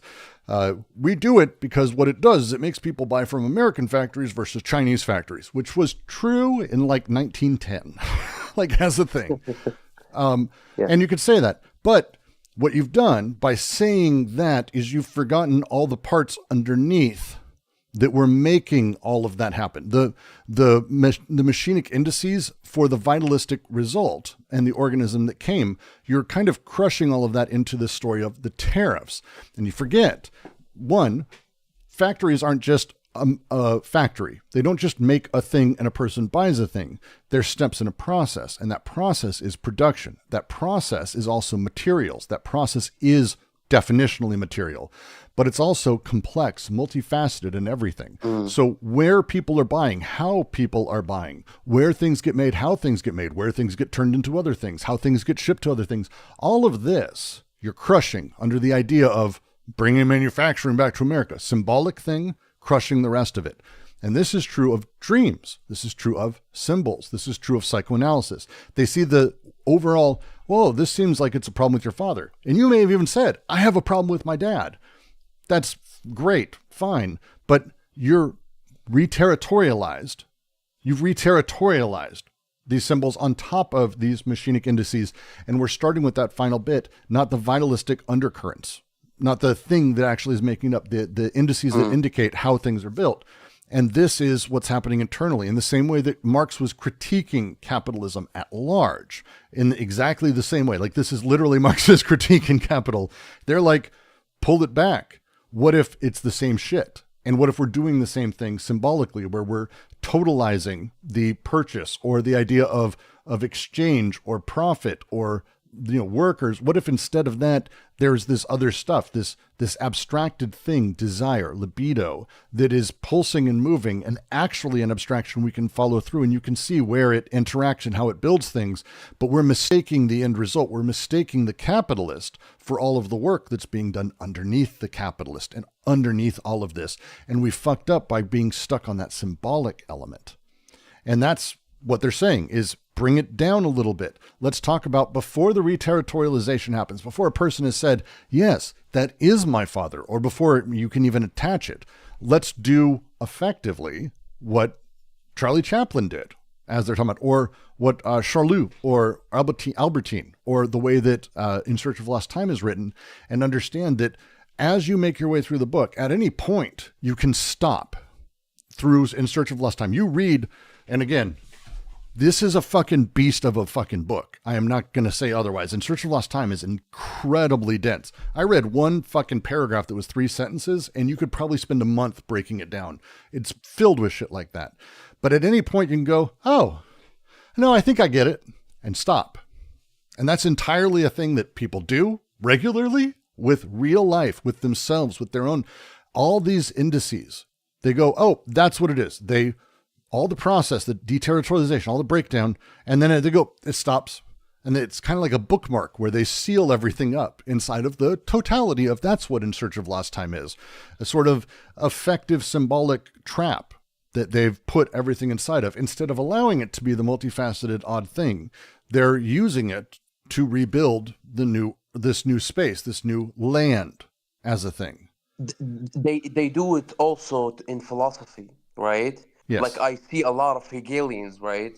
Which is kind of like they read the phenomenology, right? They stop at some, like at the end of the spirit section, they miss religion, the religion section. They miss the absolute knowledge. They miss or maybe if they are like, maybe if they kind of charitable, they will read the phenomenology. They will read the science of logic, right? They don't want to read other books, right? By Hegel. Or let's say Deleuze, right? Mm-hmm. They read some books by Deleuze and they miss the others. What about the other? What about the other? Like if you're a Deleuzian, they totalize it based on the plane, the setup that they're in. It's kind of amazing as a thing. Yeah. If you've ever been around kids as they're growing up, my son had this amazing line the other day. He goes, I don't like pizza anymore. I haven't liked it since I turned 7. 7-year-olds don't like pizza. Now, he said this is great. I love having these kinds of arguments with him, but that isn't an abnormal way to sort of talk about everything else that's happening in the world or how people totalize their own experiences, because the limited amount of knowledge or the symbolic way that he's connecting, this is the way he's re-territorializing all this, building. Oh, this makes sense to me. Here's how these things work. This is the setup. This is the thing and the setup. And the inability of people to sort of take a step beyond and go, well, actually, did you like pizza yesterday? Well, yeah, I did. Well, were you 7? Like making them understand that there's a little bit more, that there's kind of this consistent ongoing growth versus this is what things are. Right? Yeah, I agree with you on that. Like they do it also to Marx, right? Like read volume 1. I read volume 1. But what about volume 2? By the way, even I didn't read all of Marx, right? But I'm trying not stopping at a certain moment and totalizing, right? Because that's stupid, right? That's a stupidity, right? To totalize everything, right? To stop at a moment and say, oh, all right, I stop with Marx, right? No. And volume 2 and I stop. No, that's stupid. That's actually stupid. Marx talked beyond that. By the way, the credit and debt system that you're talking about, Brooks, actually in volume 3. And I didn't discover that after I read volume 1. I didn't discover that. I'm not unaware whether Marx talking about the credit and debt system in volume 1, because he didn't mention it. He mentioned it in volume 2 passingly, right? Merely volume 3 is the actual kind of where he mentioned it. But once you get there, let me ask you this, because this, to my point. So you get through that and you go, oh fuck. Did you say to yourself, I'm not alone in this? Boy, he was talking about the credit and debt system also in 1, and it changed your view of the first book even. Because even though he didn't mention it directly, but again, this is the plane you stop at, the place you stop in order to say, this is what this thing is. You can do that at any point. You can enjoy doing that, and you're done. Off you go. Or you realize that this is the process. Someone in YouTube says that this is about capturing and Oedipalizing free-flowing desire. That's why the book's named Anti-Oedipus, to deterritorialize and free desire in order to create the new. I have a big issue with that. I would disagree, because this is not saying we want to get to pure deterritorialization. They talk about pure deterritorialization. Pure deterritorialization is where suddenly we're not connected socially anymore. That is the clinical schizophrenic. They actually outline that in chapter 2, that it's not about just simply freeing desire. It's about subjugating the symbolic or the representative to desire. It's shifting the regimes. Right now, how this works and how these things play together is that desire forms and builds and does its stuff, just like you could say workers and labor. And then at the other end, I go, yes, all of that is me. Hello, I am me. All of that is me. And I kind of take control of all of the desire and forces that make it up, in the same way the capitalist does with all of the labor, product, and profit, all of the excess created there. But this, the process we can't get away from. Like, this isn't, they're not saying never have management. They're not saying never have someone who's kind of an investor. It's a question of who's in control. And that's, again, to go to Marx, it's a question of who's in control. He does not say at any point that there should never be a business or that there shouldn't be management. Like, he's actually quite clear in a lot of other ways that the opposite is true, but that management should be servant to labor, in the same way that the symbolic should be in service of, the representative should be in service of desire, because we're going to re-territorialize. There's no shift for that. If desire stays freed, you're fucked forever. You're on your way. You just are going, and it's a whole fucking thing.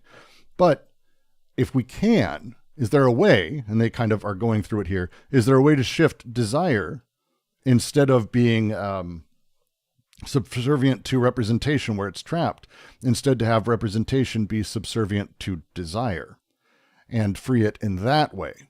It's a very different take on it, because again, it's not about pure deterritorialization. There's no such thing as that. Again, the clinical breaks, I'm not sure they're necessarily wanting us to go down the road of. Deleuze wrote extensively how horrified he was and how he wouldn't even talk to people that Guattari was treating or wanted him to meet. He refused to because it disturbed him so much. He's not saying we should go be that.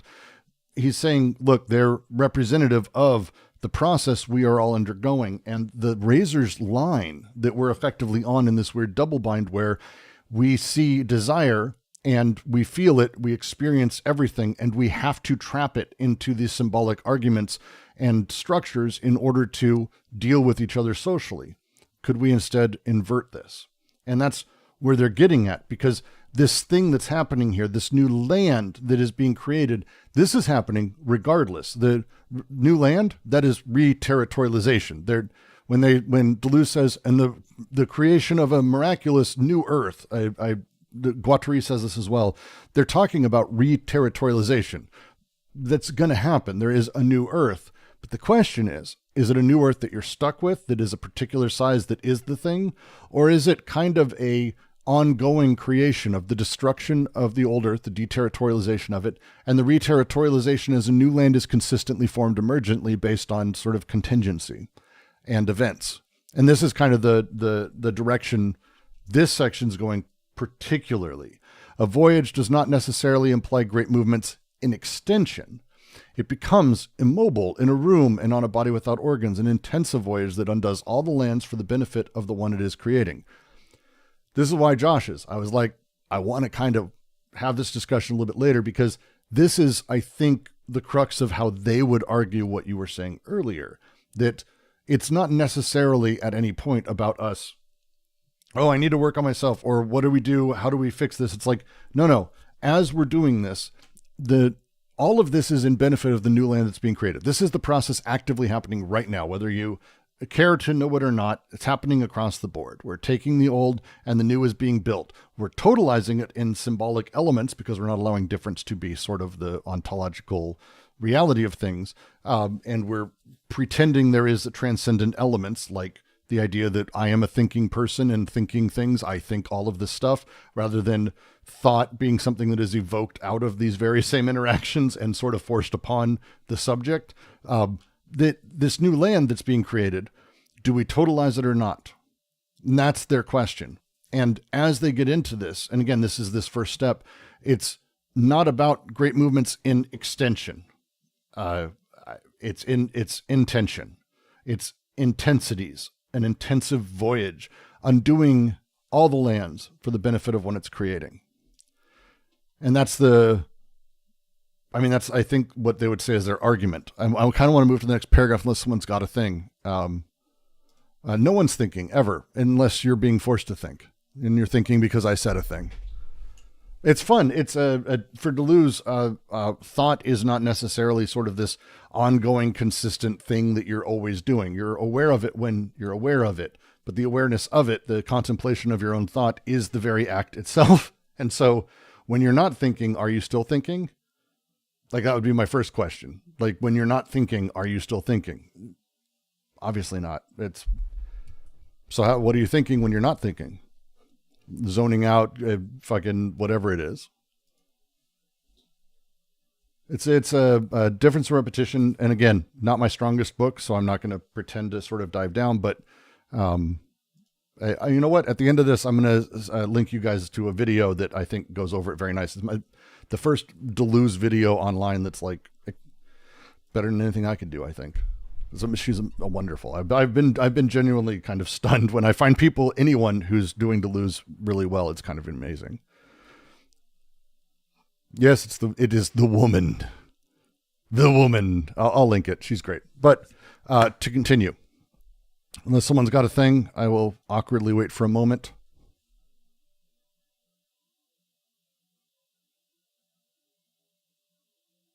Okay. So we just finished talking about the creating the new land. The patient resumption of the process, or on the contrary, its interruption.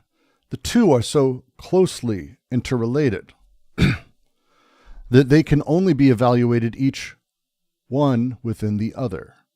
How would the schizo's voyage be possible independent of certain circuits? How could it exist without a land? But inversely, how can we be certain that these circuits don't reconstitute the lands, only too well known, of the asylum, the artifice, or the family? We always return to the same question. From what does the schizo suffer? He whose sufferings are unspeakable. Well, just because I have to pause there every time I read anything about schizos. They're not talking about schizophrenia as we know it today. Instead, schizophrenia at the time was kind of a combination of a few things. It was considered to be sort of this mental illness where if you were diagnosed earlier with it, it was early onset childhood schizophrenia, which we would call autism now.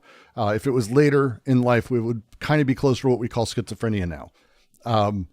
This was a big umbrella term, but we're talking about mental illness, all of that. When we talk about this, the schizo, just because I just have to say that, sorry, every time.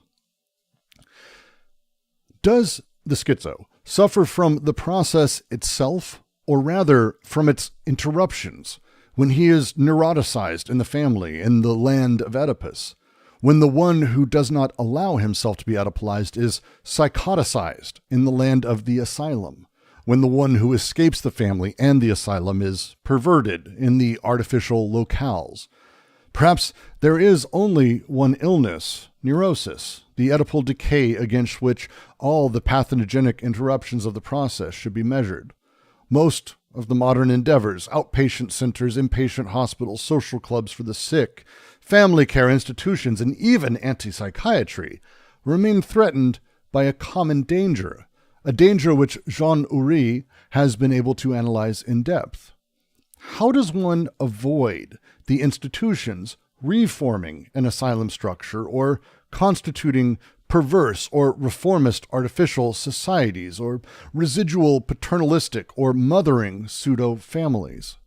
We do not have in mind the so-called community psychiatry endeavors whose admitted purpose is to triangulate, to Oedipalize everyone, people, animals, and things, to a point where we will witness a new race of sick people implore by reaction that they be given back an asylum, or a little Beckettian land, a garbage can, so they can become catatonic in a corner, but in a less openly repressive manner. Who says that the family is a good place, a good circuit for the deterritorialized schizo? Such a thing would be very surprising, to say the least.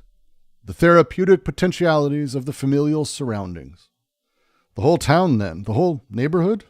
What molar unit will constitute a sufficiently nomadic circuit? How does one prevent the unit chosen, even if a specific institution, from constituting a perverted society of tolerance, a mutual aid society that hides the real problems? Will the structure of the institution save it? But how will the structure break its relationship with neuroticizing, perverting, psychoticizing, castration? How will this structure produce anything but a subjugated group? How will it give free play to the process when its entire molar organization has the function of binding the molecular process?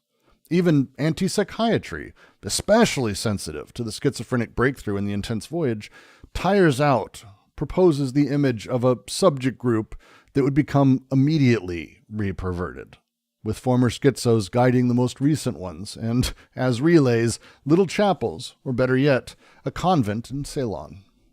So lots of references there, not going to necessarily go into. But the paragraph as a whole, this is Josh's, not that you weren't elegant, I just think it's a very elegant way of asking much of the same thing.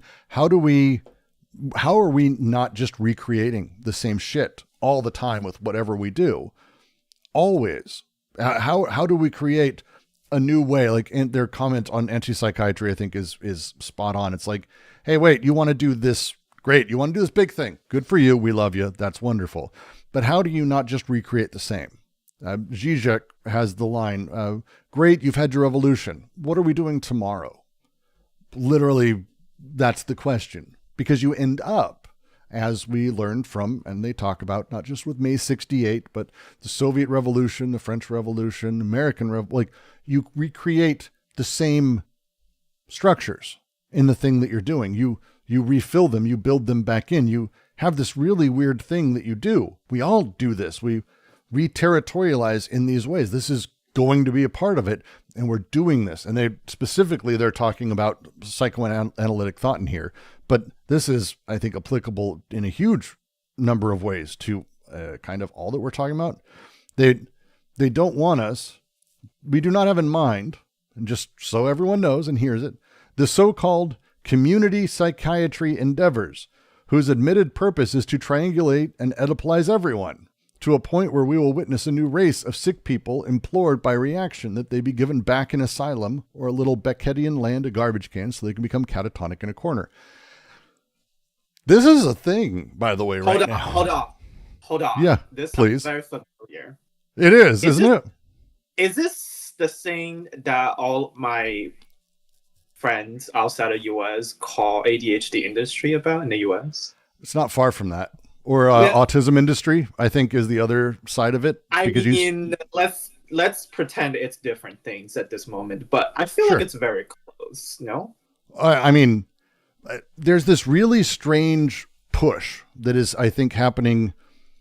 It happens to be right now. They're laughing about it as if it's what if this happened? How silly would that be? And I'm like, there are autism groups right now fighting for asylums to be reintroduced. It's very...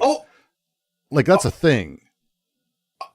Can you send me any link, please? I will after this. But this is kind of across the board. You're seeing this really odd, there's no safe space for us. What if this happens? What if that happens? There's kind of this odd mentality around it because what's happening, and again, this is not even, I would almost say, again, strictly for the mentally ill as they're talking about it to this line here, but instead there's a larger commentary happening here, I think, in a significant way. I'll send you a couple links, there's afterwards, but the line they have, who says the family is a good place, a good circuit for a deterritorialized schizo? Such a thing would be surprising, to say the least. The whole town, then? The whole neighborhood? What molar unit will constitute a sufficiently nomadic circuit? Incorporating more people, incorporating larger structures, the larger community as a whole. At what point are we able to get to the nomadic unit, the unit that breaks free of this. And we see this as we talk about, and they shit on mutual aid in here, and it's one of my favorite lines. How does one prevent the unit chosen, even if a specific institution, from constituting a perverted society of tolerance, a mutual aid society that hides the real problems? This feels like calling out, like I feel called out almost. But I think this is calling out a lot of those things where it's like this scope of whatever we decide. Oh, here's the size of things. Here's actually what we need to care about. We should care about the local version of our town or our city or whatever it is. And let's say we do that. And again, this is, I would argue, best seen in the hyper-conservative mindsets of people who go to church. Their church group, they tend to see this. And they do help each other. That's great. It's almost a minimal mutual aid society. But all of them have insane huge problems that they're just simply glossing over because, again, the molar of it, the selection of it, the structure of the institution cannot save these things. This is the problem of this, is starting with the position of, well, look, we just need to look at a larger group. It's not just the family. Looking at just the family is silly. We need to look at the people, the group, identity. We need to look at, oh, are you part of a community? Which community are you a part of? It's my race. It's this or that. It doesn't even matter. All of these structures do nothing but produce subjugated groups because they're just recreating the same. It doesn't give free play to the process because its entire molar organization has the function of binding the process itself from the start. Because we start with the group, we start with the position, we start with the empty position, we start with that thing. Even anti-psychiatry, especially sensitive, it says, tires out, proposes the image of the subject group that would become immediately reperverted, with former schizos guiding most recent ones as little relays. They're critiquing the idea of I would say that this is also critiquing the idea of how Narconon and Al-Anon work, where former addicts guide others. As little relays, as little chapels. If you've never been to these meetings, or if you've never gone with a loved one, it hits home very hard, for me at least, and maybe it's just me. But this is their thing. This is what they're screaming about. This is the setup. The structure of the institution cannot save any of these things. And in the end, the structure becomes the thing that is then replicated and continually replicated. This is not how you get to the nomadic. This is not how you break free. This is how you recreate the symptoms in others. This is how you recreate the symptoms. With the same functions. With the same exact functions. Yes. Yeah. It's kind of like the political economist when Marx mentioned in Volume 2, where they conflate between the functions of for example, fixed capital and of circulation. Capital circulation, and they lump them in the same function, right? It's kind of like similar to that. Not specifically similar, but it's kind of like we lump the same functions, right? Like the same functional thing. It's kind of similar to that aspect. I don't know if that makes sense, but yeah. It's kind of we do that, right? Yes. Yes. And said basically, yeah. That's what we're talking about here. And that's their argument. So when we talk about any of these elements, we talk about how people are wanting to change psychiatry in this case, or psychoanalysis, or mental health. They're doing it by kind of recreating the structure on ever-changing scales, or shifting it slightly, but ultimately recreating the same machinic indices inside the same setups because they're stuck inside of that thing.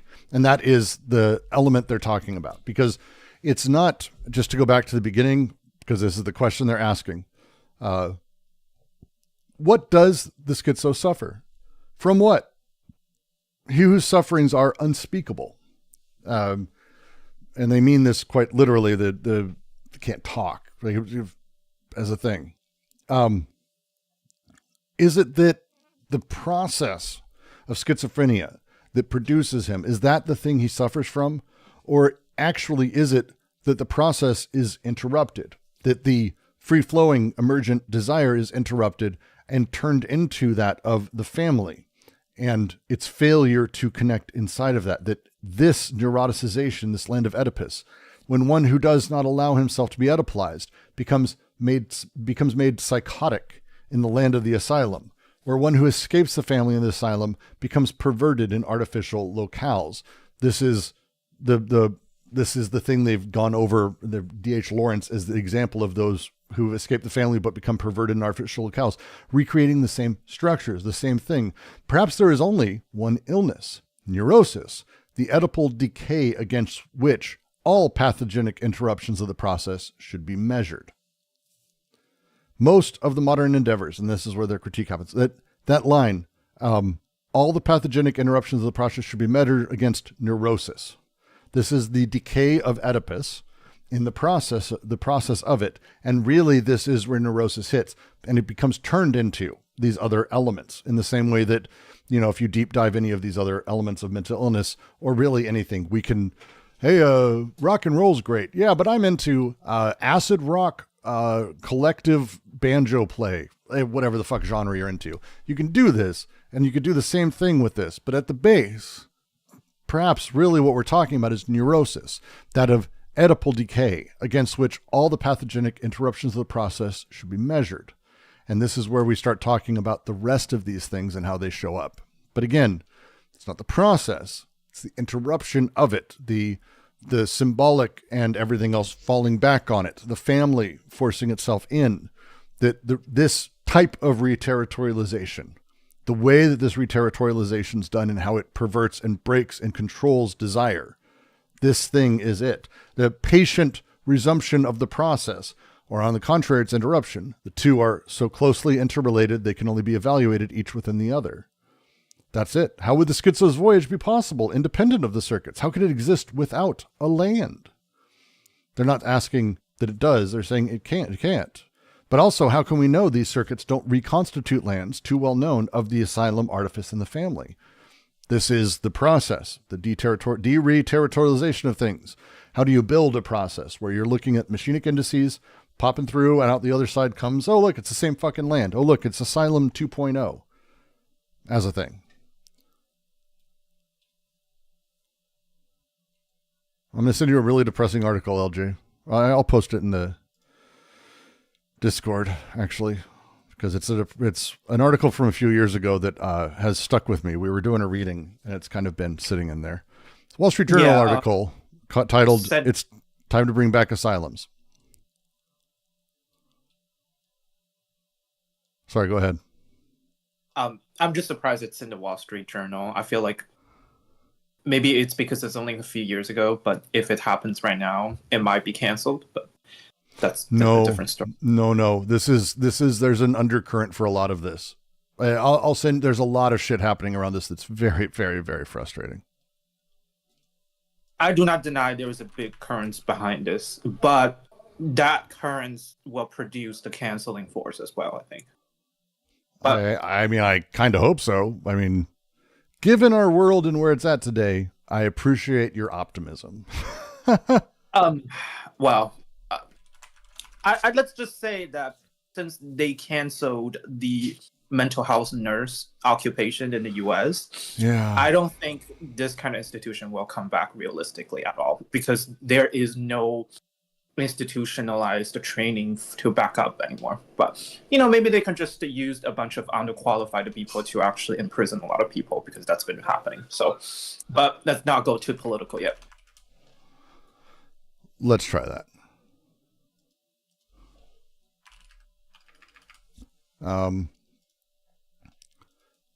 Let's see. So that's 2:00. Do I want to do the next fucking gigantic? It's not bad. This next paragraph's not bad. Let's see. It is a lot actually in that tiny paragraph. This is also going to be me bitching about, this is going to be a problem. Because again, so what we were talking about, just to sort of say, and we'll be able to continue from here next week. Page 320. The question has been, as things are reterritorialized, as the world behind us is broken apart, as it always is, for all of us, are we reterritorializing in a new world that is effectively keeping the same investment of structures or repeating the same structures? Or is there a way that we can have reterritorialization operate differently? And as we do that, and as we make our way through it, this becomes important. The next line, I'm just going to read a little bit of the next paragraph. The only thing that can save us from these impasses is an effective politicization of psychiatry, which is really it's at the time an exceptionally big statement. I think now politics and psychiatry come together a lot more closely, even though there is some standoffishness in general.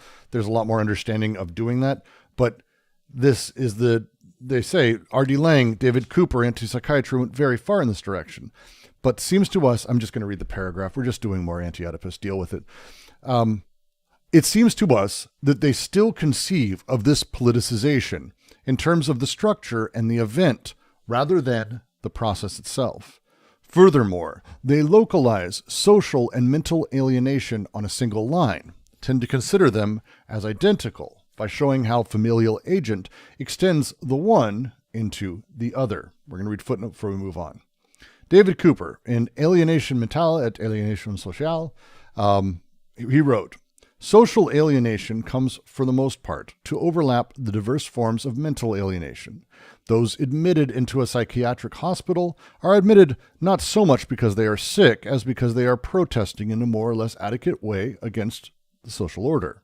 The social system in which they are caught thereby comes to reinforce the damages wrought by the familial system in which they grew up. This autonomy that they seek to affirm with regard to microsociety acts as an indicator of a massive alienation performed by society as a whole. Sounds good. Snip. Yep. Not quite as far as they need to go, and they're not looking at the process. They're still dealing with the family as part of that. The damage wreaked by the family is found later in the social. Between the two, however, the relationship is rather that of an included disjunction. We're going to enjoy some symbolic logic shortly. This is because the decoding and the deterritorialization of flux define the very process of capitalism, that is, its essence, its tendency, and its external limit.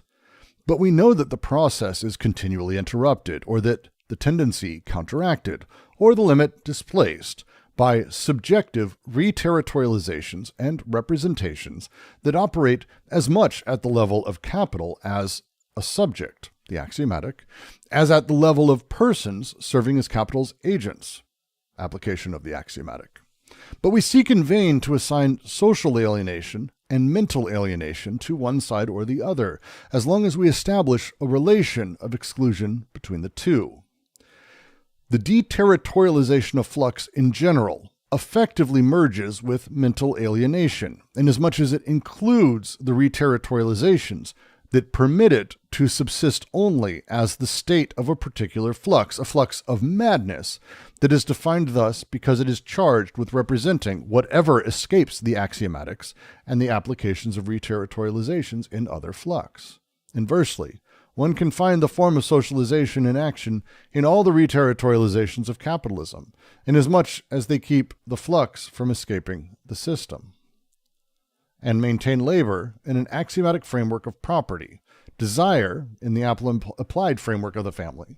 But this social alienation includes in its turn mental alienation, which finds itself represented or reterritorialized in neurosis, perversion, and psychosis. This is a large critique. We can go through there's a lot. There's a lot in here if you can't kind of tell. The last line is related to Marx. I guess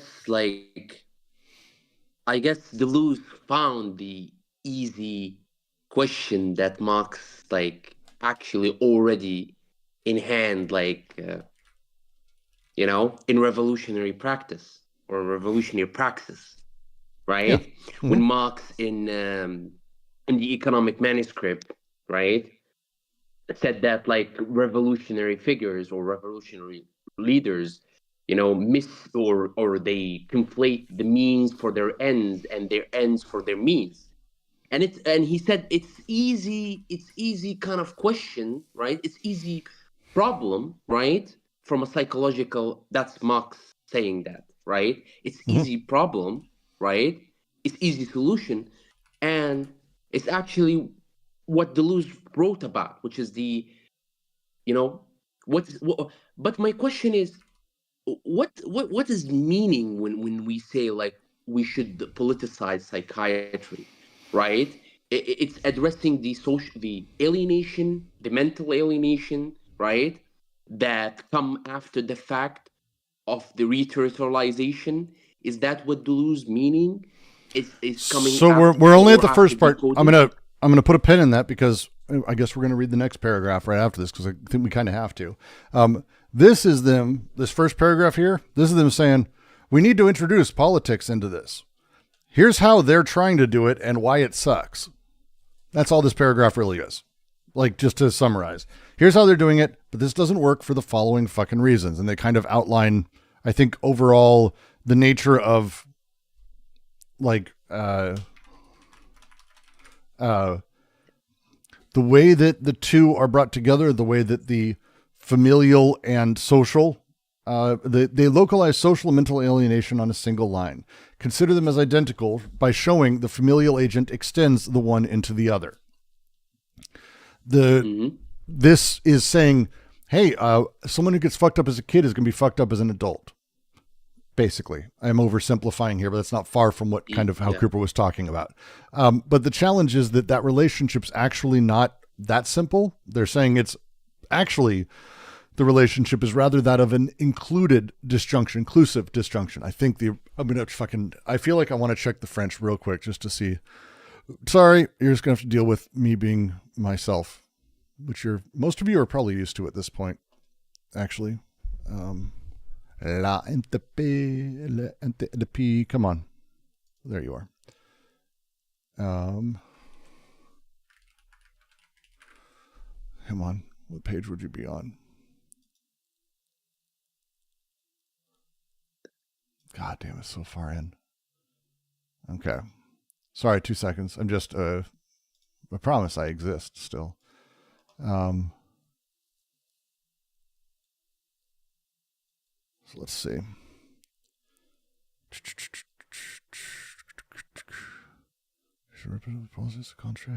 Nope. There it is. Laying at Cooper. See, they don't even include his full name. That's what makes this nightmare to find shit in sometimes.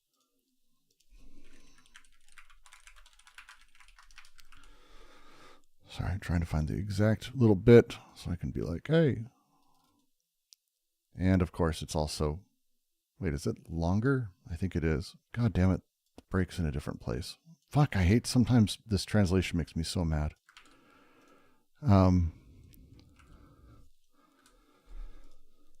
Okay. Yeah, this is the right one. It's an inclusive disjunction.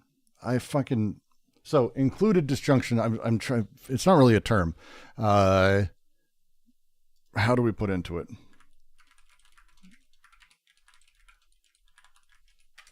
One sec, pulling up my notes. When I mention symbolic logic, and we're going to be touching it, I'm apologizing. There's no option here.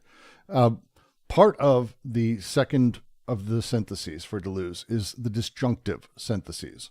Now, this disjunction, because of how varying elements work within it, can be inclusive or exclusive. That's why it doesn't say this is the inclusive or exclusive disjunction. That's not really the setup. It's just that this is the disjunctive. It's the selective, the either or.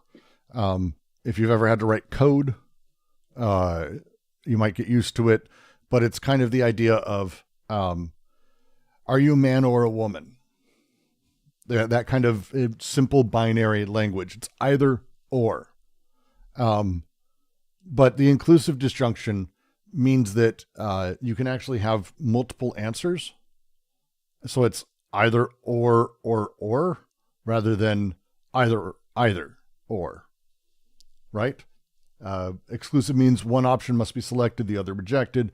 Inclusive means you can have many options and all of them could all apply. This shift, and it's why it's important that they sort of use this language, between the two, the social and mental alienation, they're not really on a single line. It's not an exclusive disjunction. This isn't saying that it's either social or mental alienation. it's actually, things can kind of be both. They can do this. They have a relationship of an inclusive disjunction. There's no such thing as an included disjunction. I don't think. I feel like there's no, like, included can't be right. Well, let me double check, because I would hate to be like, hey, Brooks, you just don't fucking know. You just don't fucking know about anything. Inclusive. I mean, to be disjunction. honest, It's inclusive. I mean, to be honest, it kind of makes sense, because in the manuscript, like, Marx talking about it as if, in his writing, as if, like, exclusive, right? Like, between exclusive, like the idea of alienation, right? And how it's connected also to, like, when I approached Marx, like, I was ignorant, but, like, economy and psychoanalysis is why stop at like mere social production, as why stop at that, why don't include, say, it's almost, why stop at that, why stop at psychoanalysis and separate between these two things, like why like, if Marx talked about alienation, and like, why stop at that, right? Well, it's because how they view things, again, it's the single line, but instead the inclusive disjunction, where either or both at the same time is kind of the point. So they say, they continue. This is because the decoding and deterritorialization of the flux define the process of capitalism, its essence. Since I have the French up anyway, I might as well see if this matches while I'm doing this, because it's fun that way. The decoding deterritorialization of flux define the very process, its essence, tendency, external limit. We know that the process is continually interrupted, a tendency counteracted, the limit displaced by subjective reterritorializations and representations that operate as much at the level of capital as at the subject, or the axiomatic, as at the level of persons who implemented the application of the axiomatic. And what happens here is we seek in vain to assign social alienation and mental alienation to one side or the other, as long as we establish a relationship of exclusion between the two. Their core argument being, if we can establish this relationship, we don't really say where one or the other begins. Again, this is how representation often works. So there's not like fine lines. Oh, here's the edge of representation. Here's the edge of family. Here's the edge of fucking this. That's not how it works. It's as long as we can say one is definitely not the other, and we establish them on the same line of a person's life, we don't actually have to say where one begins and the other ends. We just kind of vomit out that they're both part of it and that they're exclusive somehow, because representation's magic thinking for the most part. But the deterritorialization of flux in general effectively merges with mental alienation, insofar as it includes reterritorializations that only allow it to subsist as a state of particular flux, a flux of madness, defined as such because it is charged with representing whatever escapes axiomatics and applications of reterritorialization and other flux. Whew. There's a shit ton of forces pushing up and dealing with things and pushing things to the surface. Think of the subject as sitting at a dinner counter, and all the forces are all the waiters and waitresses and chefs throwing food at it, and it's choosing all the shit that's coming at it, and it's eating all of it. But it's got a name like the meal. So what does it call the meal?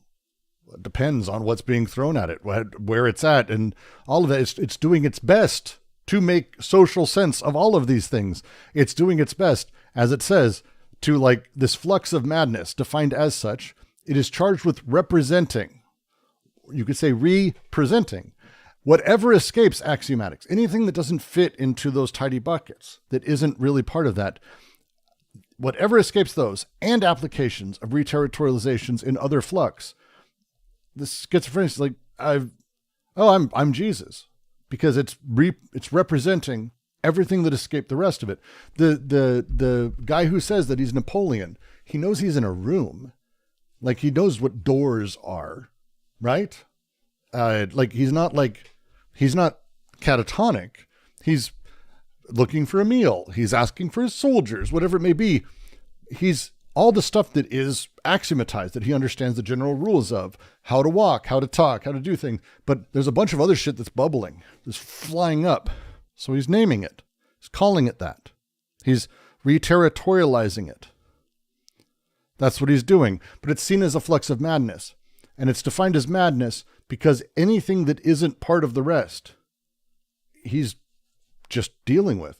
A lot of us would know to repress it, or to that they're intrusive thoughts, or that they're not, those aren't right. I shouldn't be having those thoughts. Right? You may do it when you're walking around and you, intrusive thoughts are hilarious, throwing yourself off of a bridge. I have a horrifying fear of heights because I'm like, get to the edge and my knees wobble because I like feel like I want to throw myself off the edge. I'm not alone in this. It's apparently a common thing.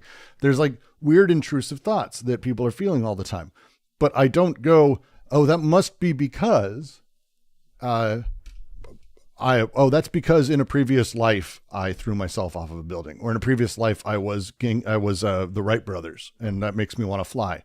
You'd say, if I said that, you'd say I was mad.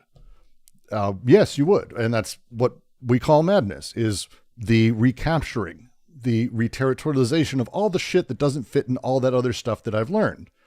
That's what madness is. That's where this comes about. This is the setup that puts us in that place in very particular ways.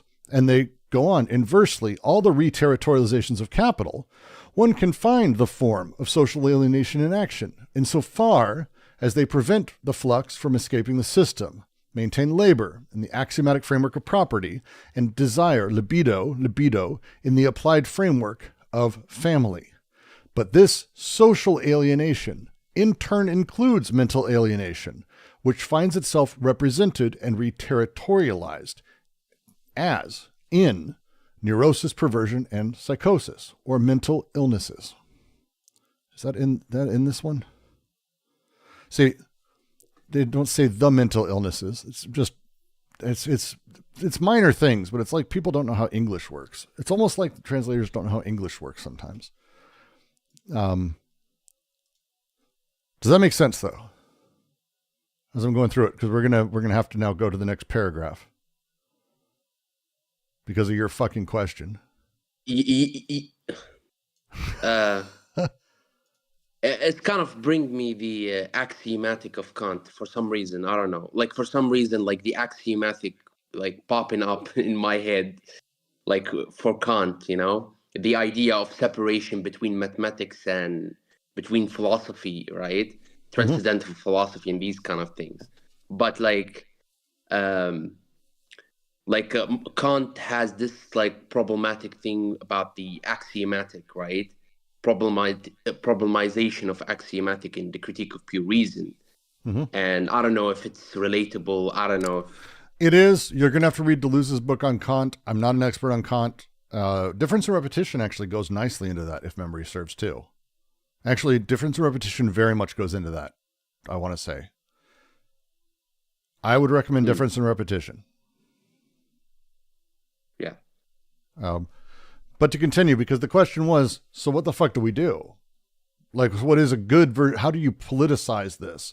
Because they just talked about all the ways it's failed to do it. So how do we do it?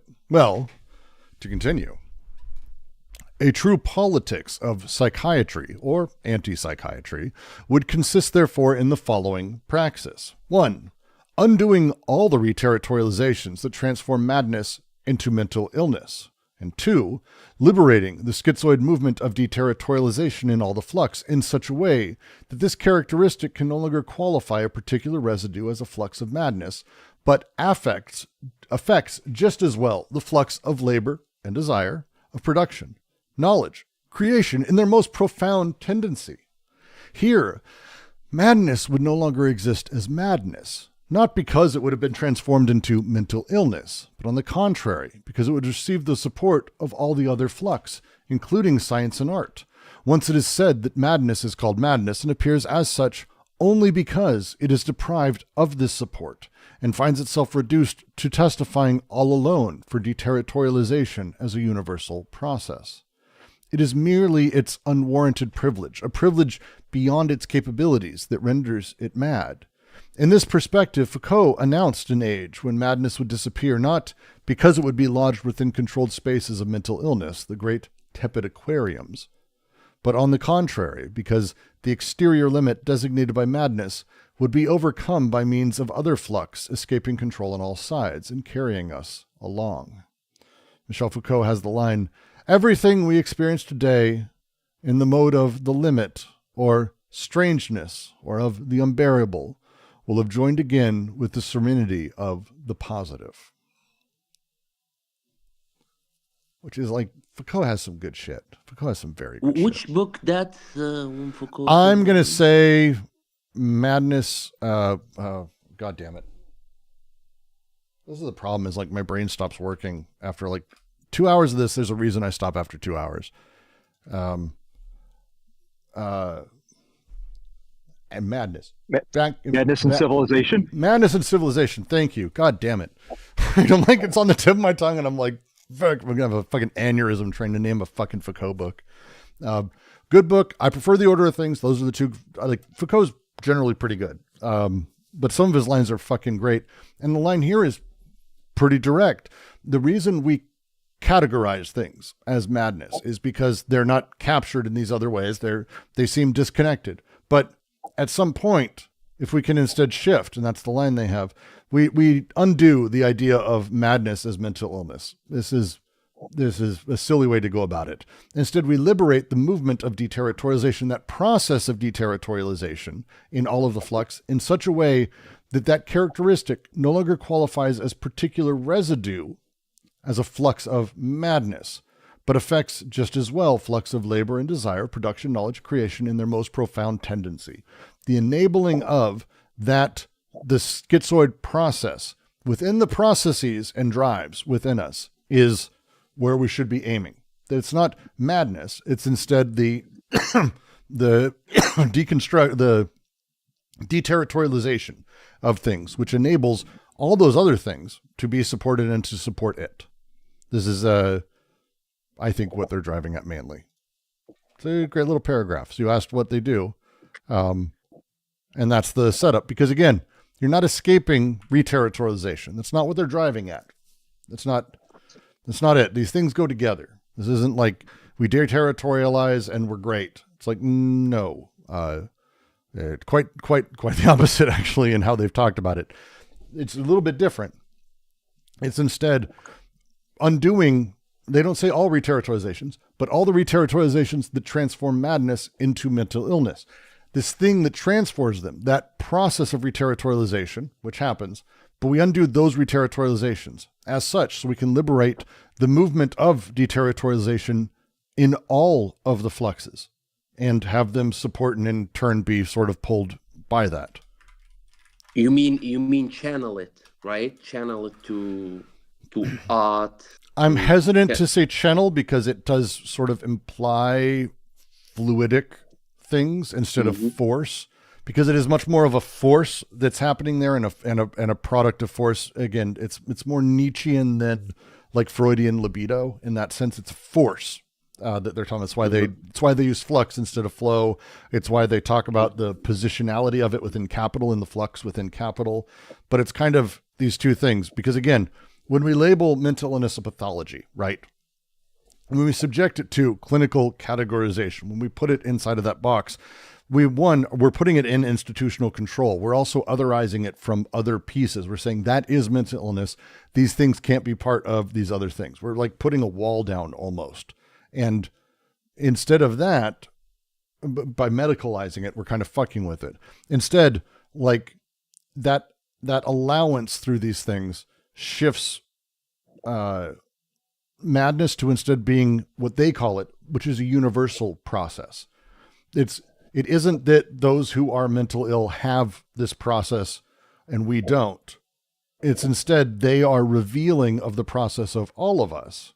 And the challenge of what sort of produces them as particular subjects in that way is because we're consistently trying to medicalize and capture and strain and control instead of like allowing it to be energizing into the rest of society. You start seeing parts of this, I think, in a lot of different I think you see this a lot. Like Capital does this. Capital really likes the schizoid process. And you can see examples of people who are doing these things or are like building whatever's new, all the way from like the creator of cryptography, and as we know it now, Bitcoin, but the people who built it right before, the discursive broken way that they did that and what they did it for. It wasn't so they'd be able to build a gold hoard for billionaires. That wasn't like the goal. It ended up Capital's happy to take their work and turn it into that. It's happy to take the work of Basquiat and completely turn it into a multi-$100 million painting that it's able to sell everywhere and put on top of backpacks. It's happy to do that at every step of the way. But you forgot all the white twinks that want to copy Basquiat as well. That is crucial. Hey. Well, I guess I'm not a... That's not just by me. A self-identified white twink told me that. Okay? So I mean, to be fair, as I'm only half of that. I don't think I can be called a twink, but I got to tell you, it's accurate. And it's not just him. Like, you have outsider artists that have absolutely influenced extraordinary swaths of art, but not just art, games, video games, software development. The way that these things have come about and what's built, they tend to be built by people who are discursively on what we might call the margins or edges of society. The documentary, I mention it every time, is The Pez Outlaw. If you want an example of how this happens and how this schiz process, the unique person that's sort of built there, and how that thing enables them to build out and sort of do things that capital can then recapture, which it does, Pez Outlaw is a phenomenal example of this.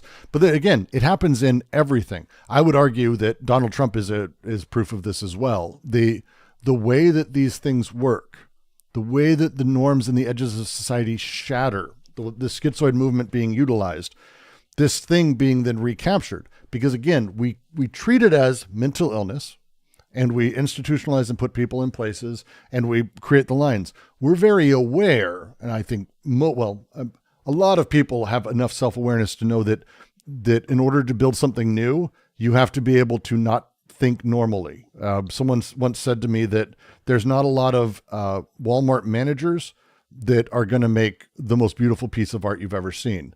Because a person who's properly Oedipalized or repressed into the position where they can work at Walmart for 30 years, they're not going to have the schiz or the breaks flux that's going to be sort of pushing into what we would call madness. Madness isn't someone who can have that kind of job. What we call mad is a person we want to institutionalize, otherwise put into a different place. This terrifying thing we see actually can power the rest of those if we can understand its relationship to them. And again, this is what Foucault said would happen is madness would disappear, not lodged within a controlled space of mental illness, but on the contrary, because the exterior limit designated by madness would be overcome by means of other flux escaping control on all sides. At some point, madness will be the boring thing, I think would be another way of putting that. It's not going to be what the edge is. The edge is going to be all the rest of that shit. And it's going to be continually pushing, and madness will almost have to catch up. And that's the line they say. One can never go far enough in the direction of territorialization. It's an irreversible process. When we consider what there is of profoundly artificial nature and perverted reterritorializations, but they go through as we cry out more perversion, more artifice, to the point where the earth becomes so artificial, the movement of deterritorialization creates of necessity and by itself a new earth, not a new land. They've got very particular language around that shit, for sure.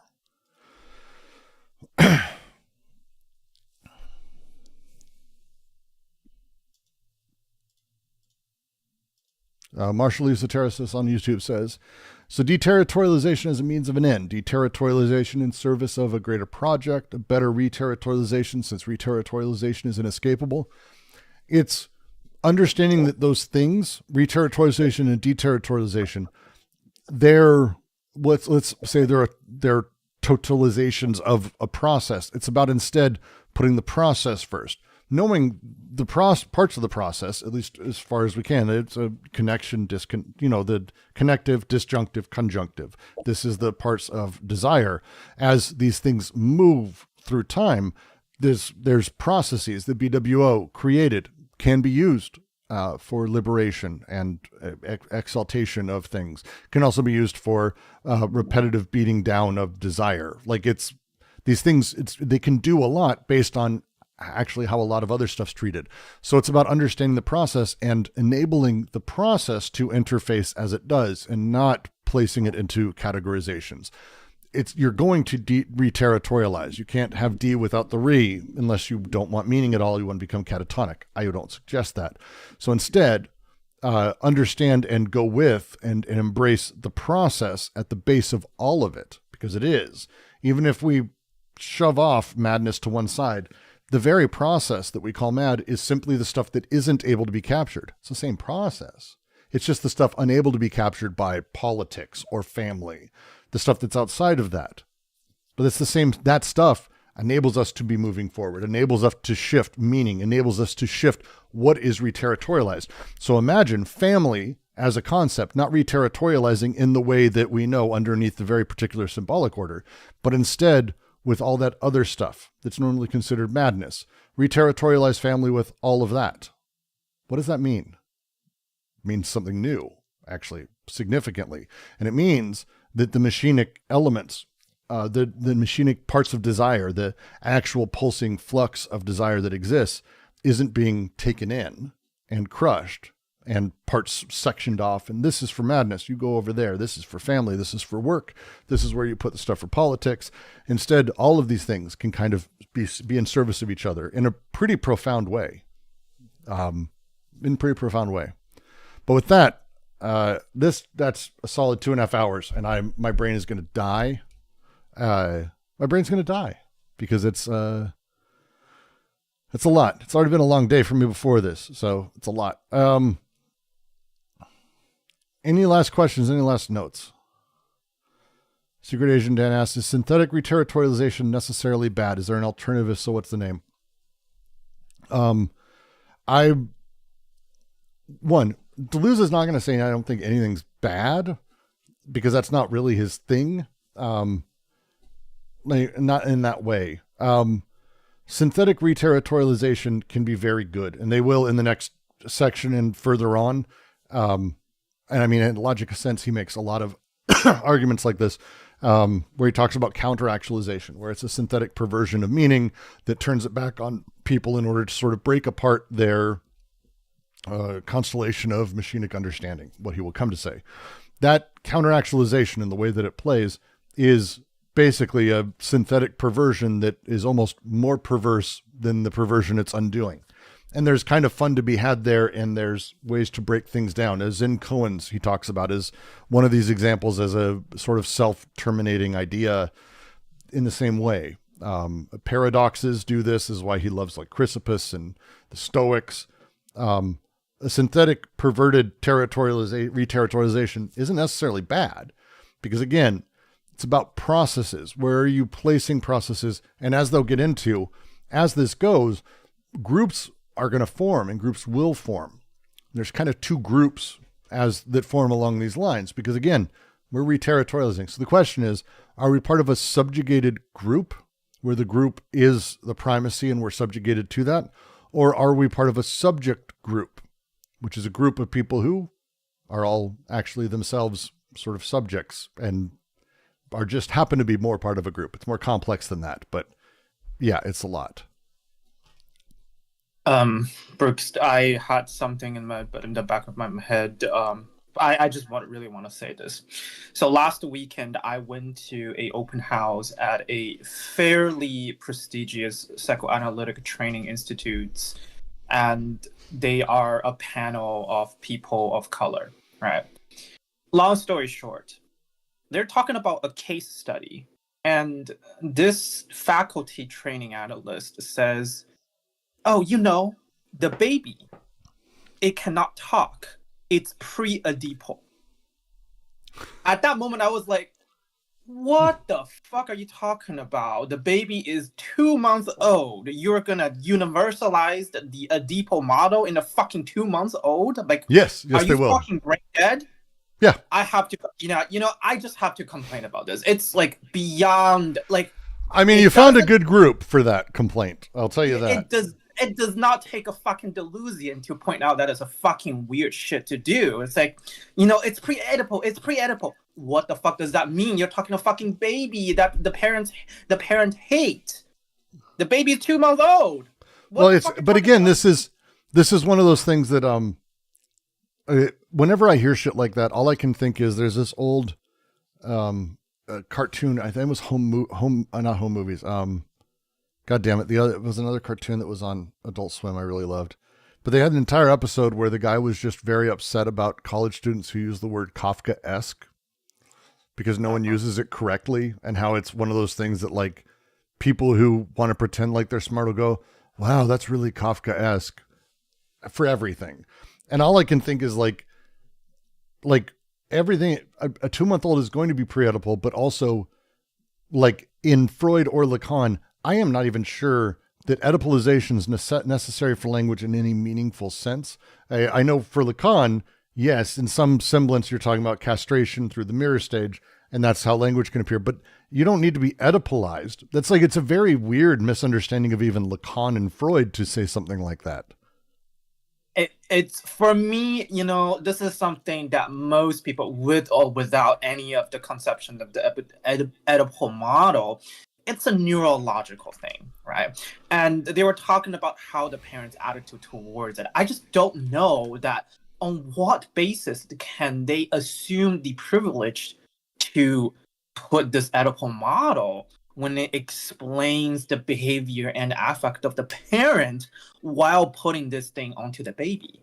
It just feels like breeding instinct, breeding kink in live action from the mouth of an analyst that's a training faculty in the fucking institute. It's fucking crazy. It's not like some unaware random parents that decide to fuck each other when they're 20 years old, so they will have pop of crotch fruit out of somewhere. It's a training analyst and a faculty member. Okay, so, I just, I had the impulse, I have to complain about this, otherwise I'm going to fucking explode. But it was one of the most surreal moments I have ever seen in any kind of psychoanalytic conference. You're not going to get me to fight any of that. Yeah, you're not going to, you're obviously in the right fucking area for that. And now I'm stuck thinking of the fucking cartoon. It wasn't home movies. It was,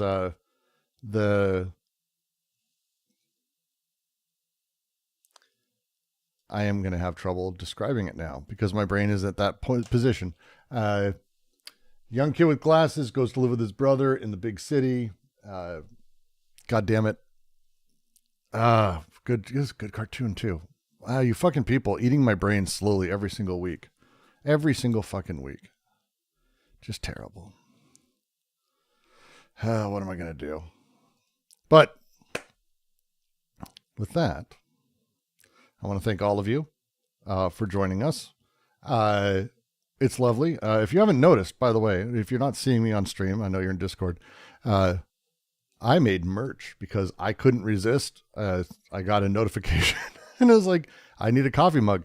So we have QC mugs, and if you can't see, I'm wearing. Can you guys in Discord see it? I'm wearing one of the ugliest Hawaiian shirts anyone's ever made. It's covered in the Deleuze fucking face thing, which I love. I don't care. I don't give a fuck. It's great. So I have to mention it because it's hilarious and it makes me laugh. So there you go. Otherwise, if you like what I do, if you support it, that's great. Please go to patreon.com/DGQC or send super chats or all that fun stuff. Or biggest of all, join us here in the Discord. You can hear these people talking. It could even be you. But with that, I'm going to go ahead and say, have a lovely weekend. Have a lovely time. Week. God damn it. It's Tuesday. God, my brain. Have a lovely day. It's going to be a long few days. Of course, Thursday, I'm expecting to do an open house on this subject. We might have other things we can discuss. And I'm going to be doing more translation streams. It's a thing I started again this weekend. I got through most of all of chapter 1. I think the large parts translated. I have issues I want to spend some time going over on stream. So we may be able to do all of chapter 1. I really made great progress this last week and I was really happy with it. But keep an eye on that. And otherwise it's Into the Fold.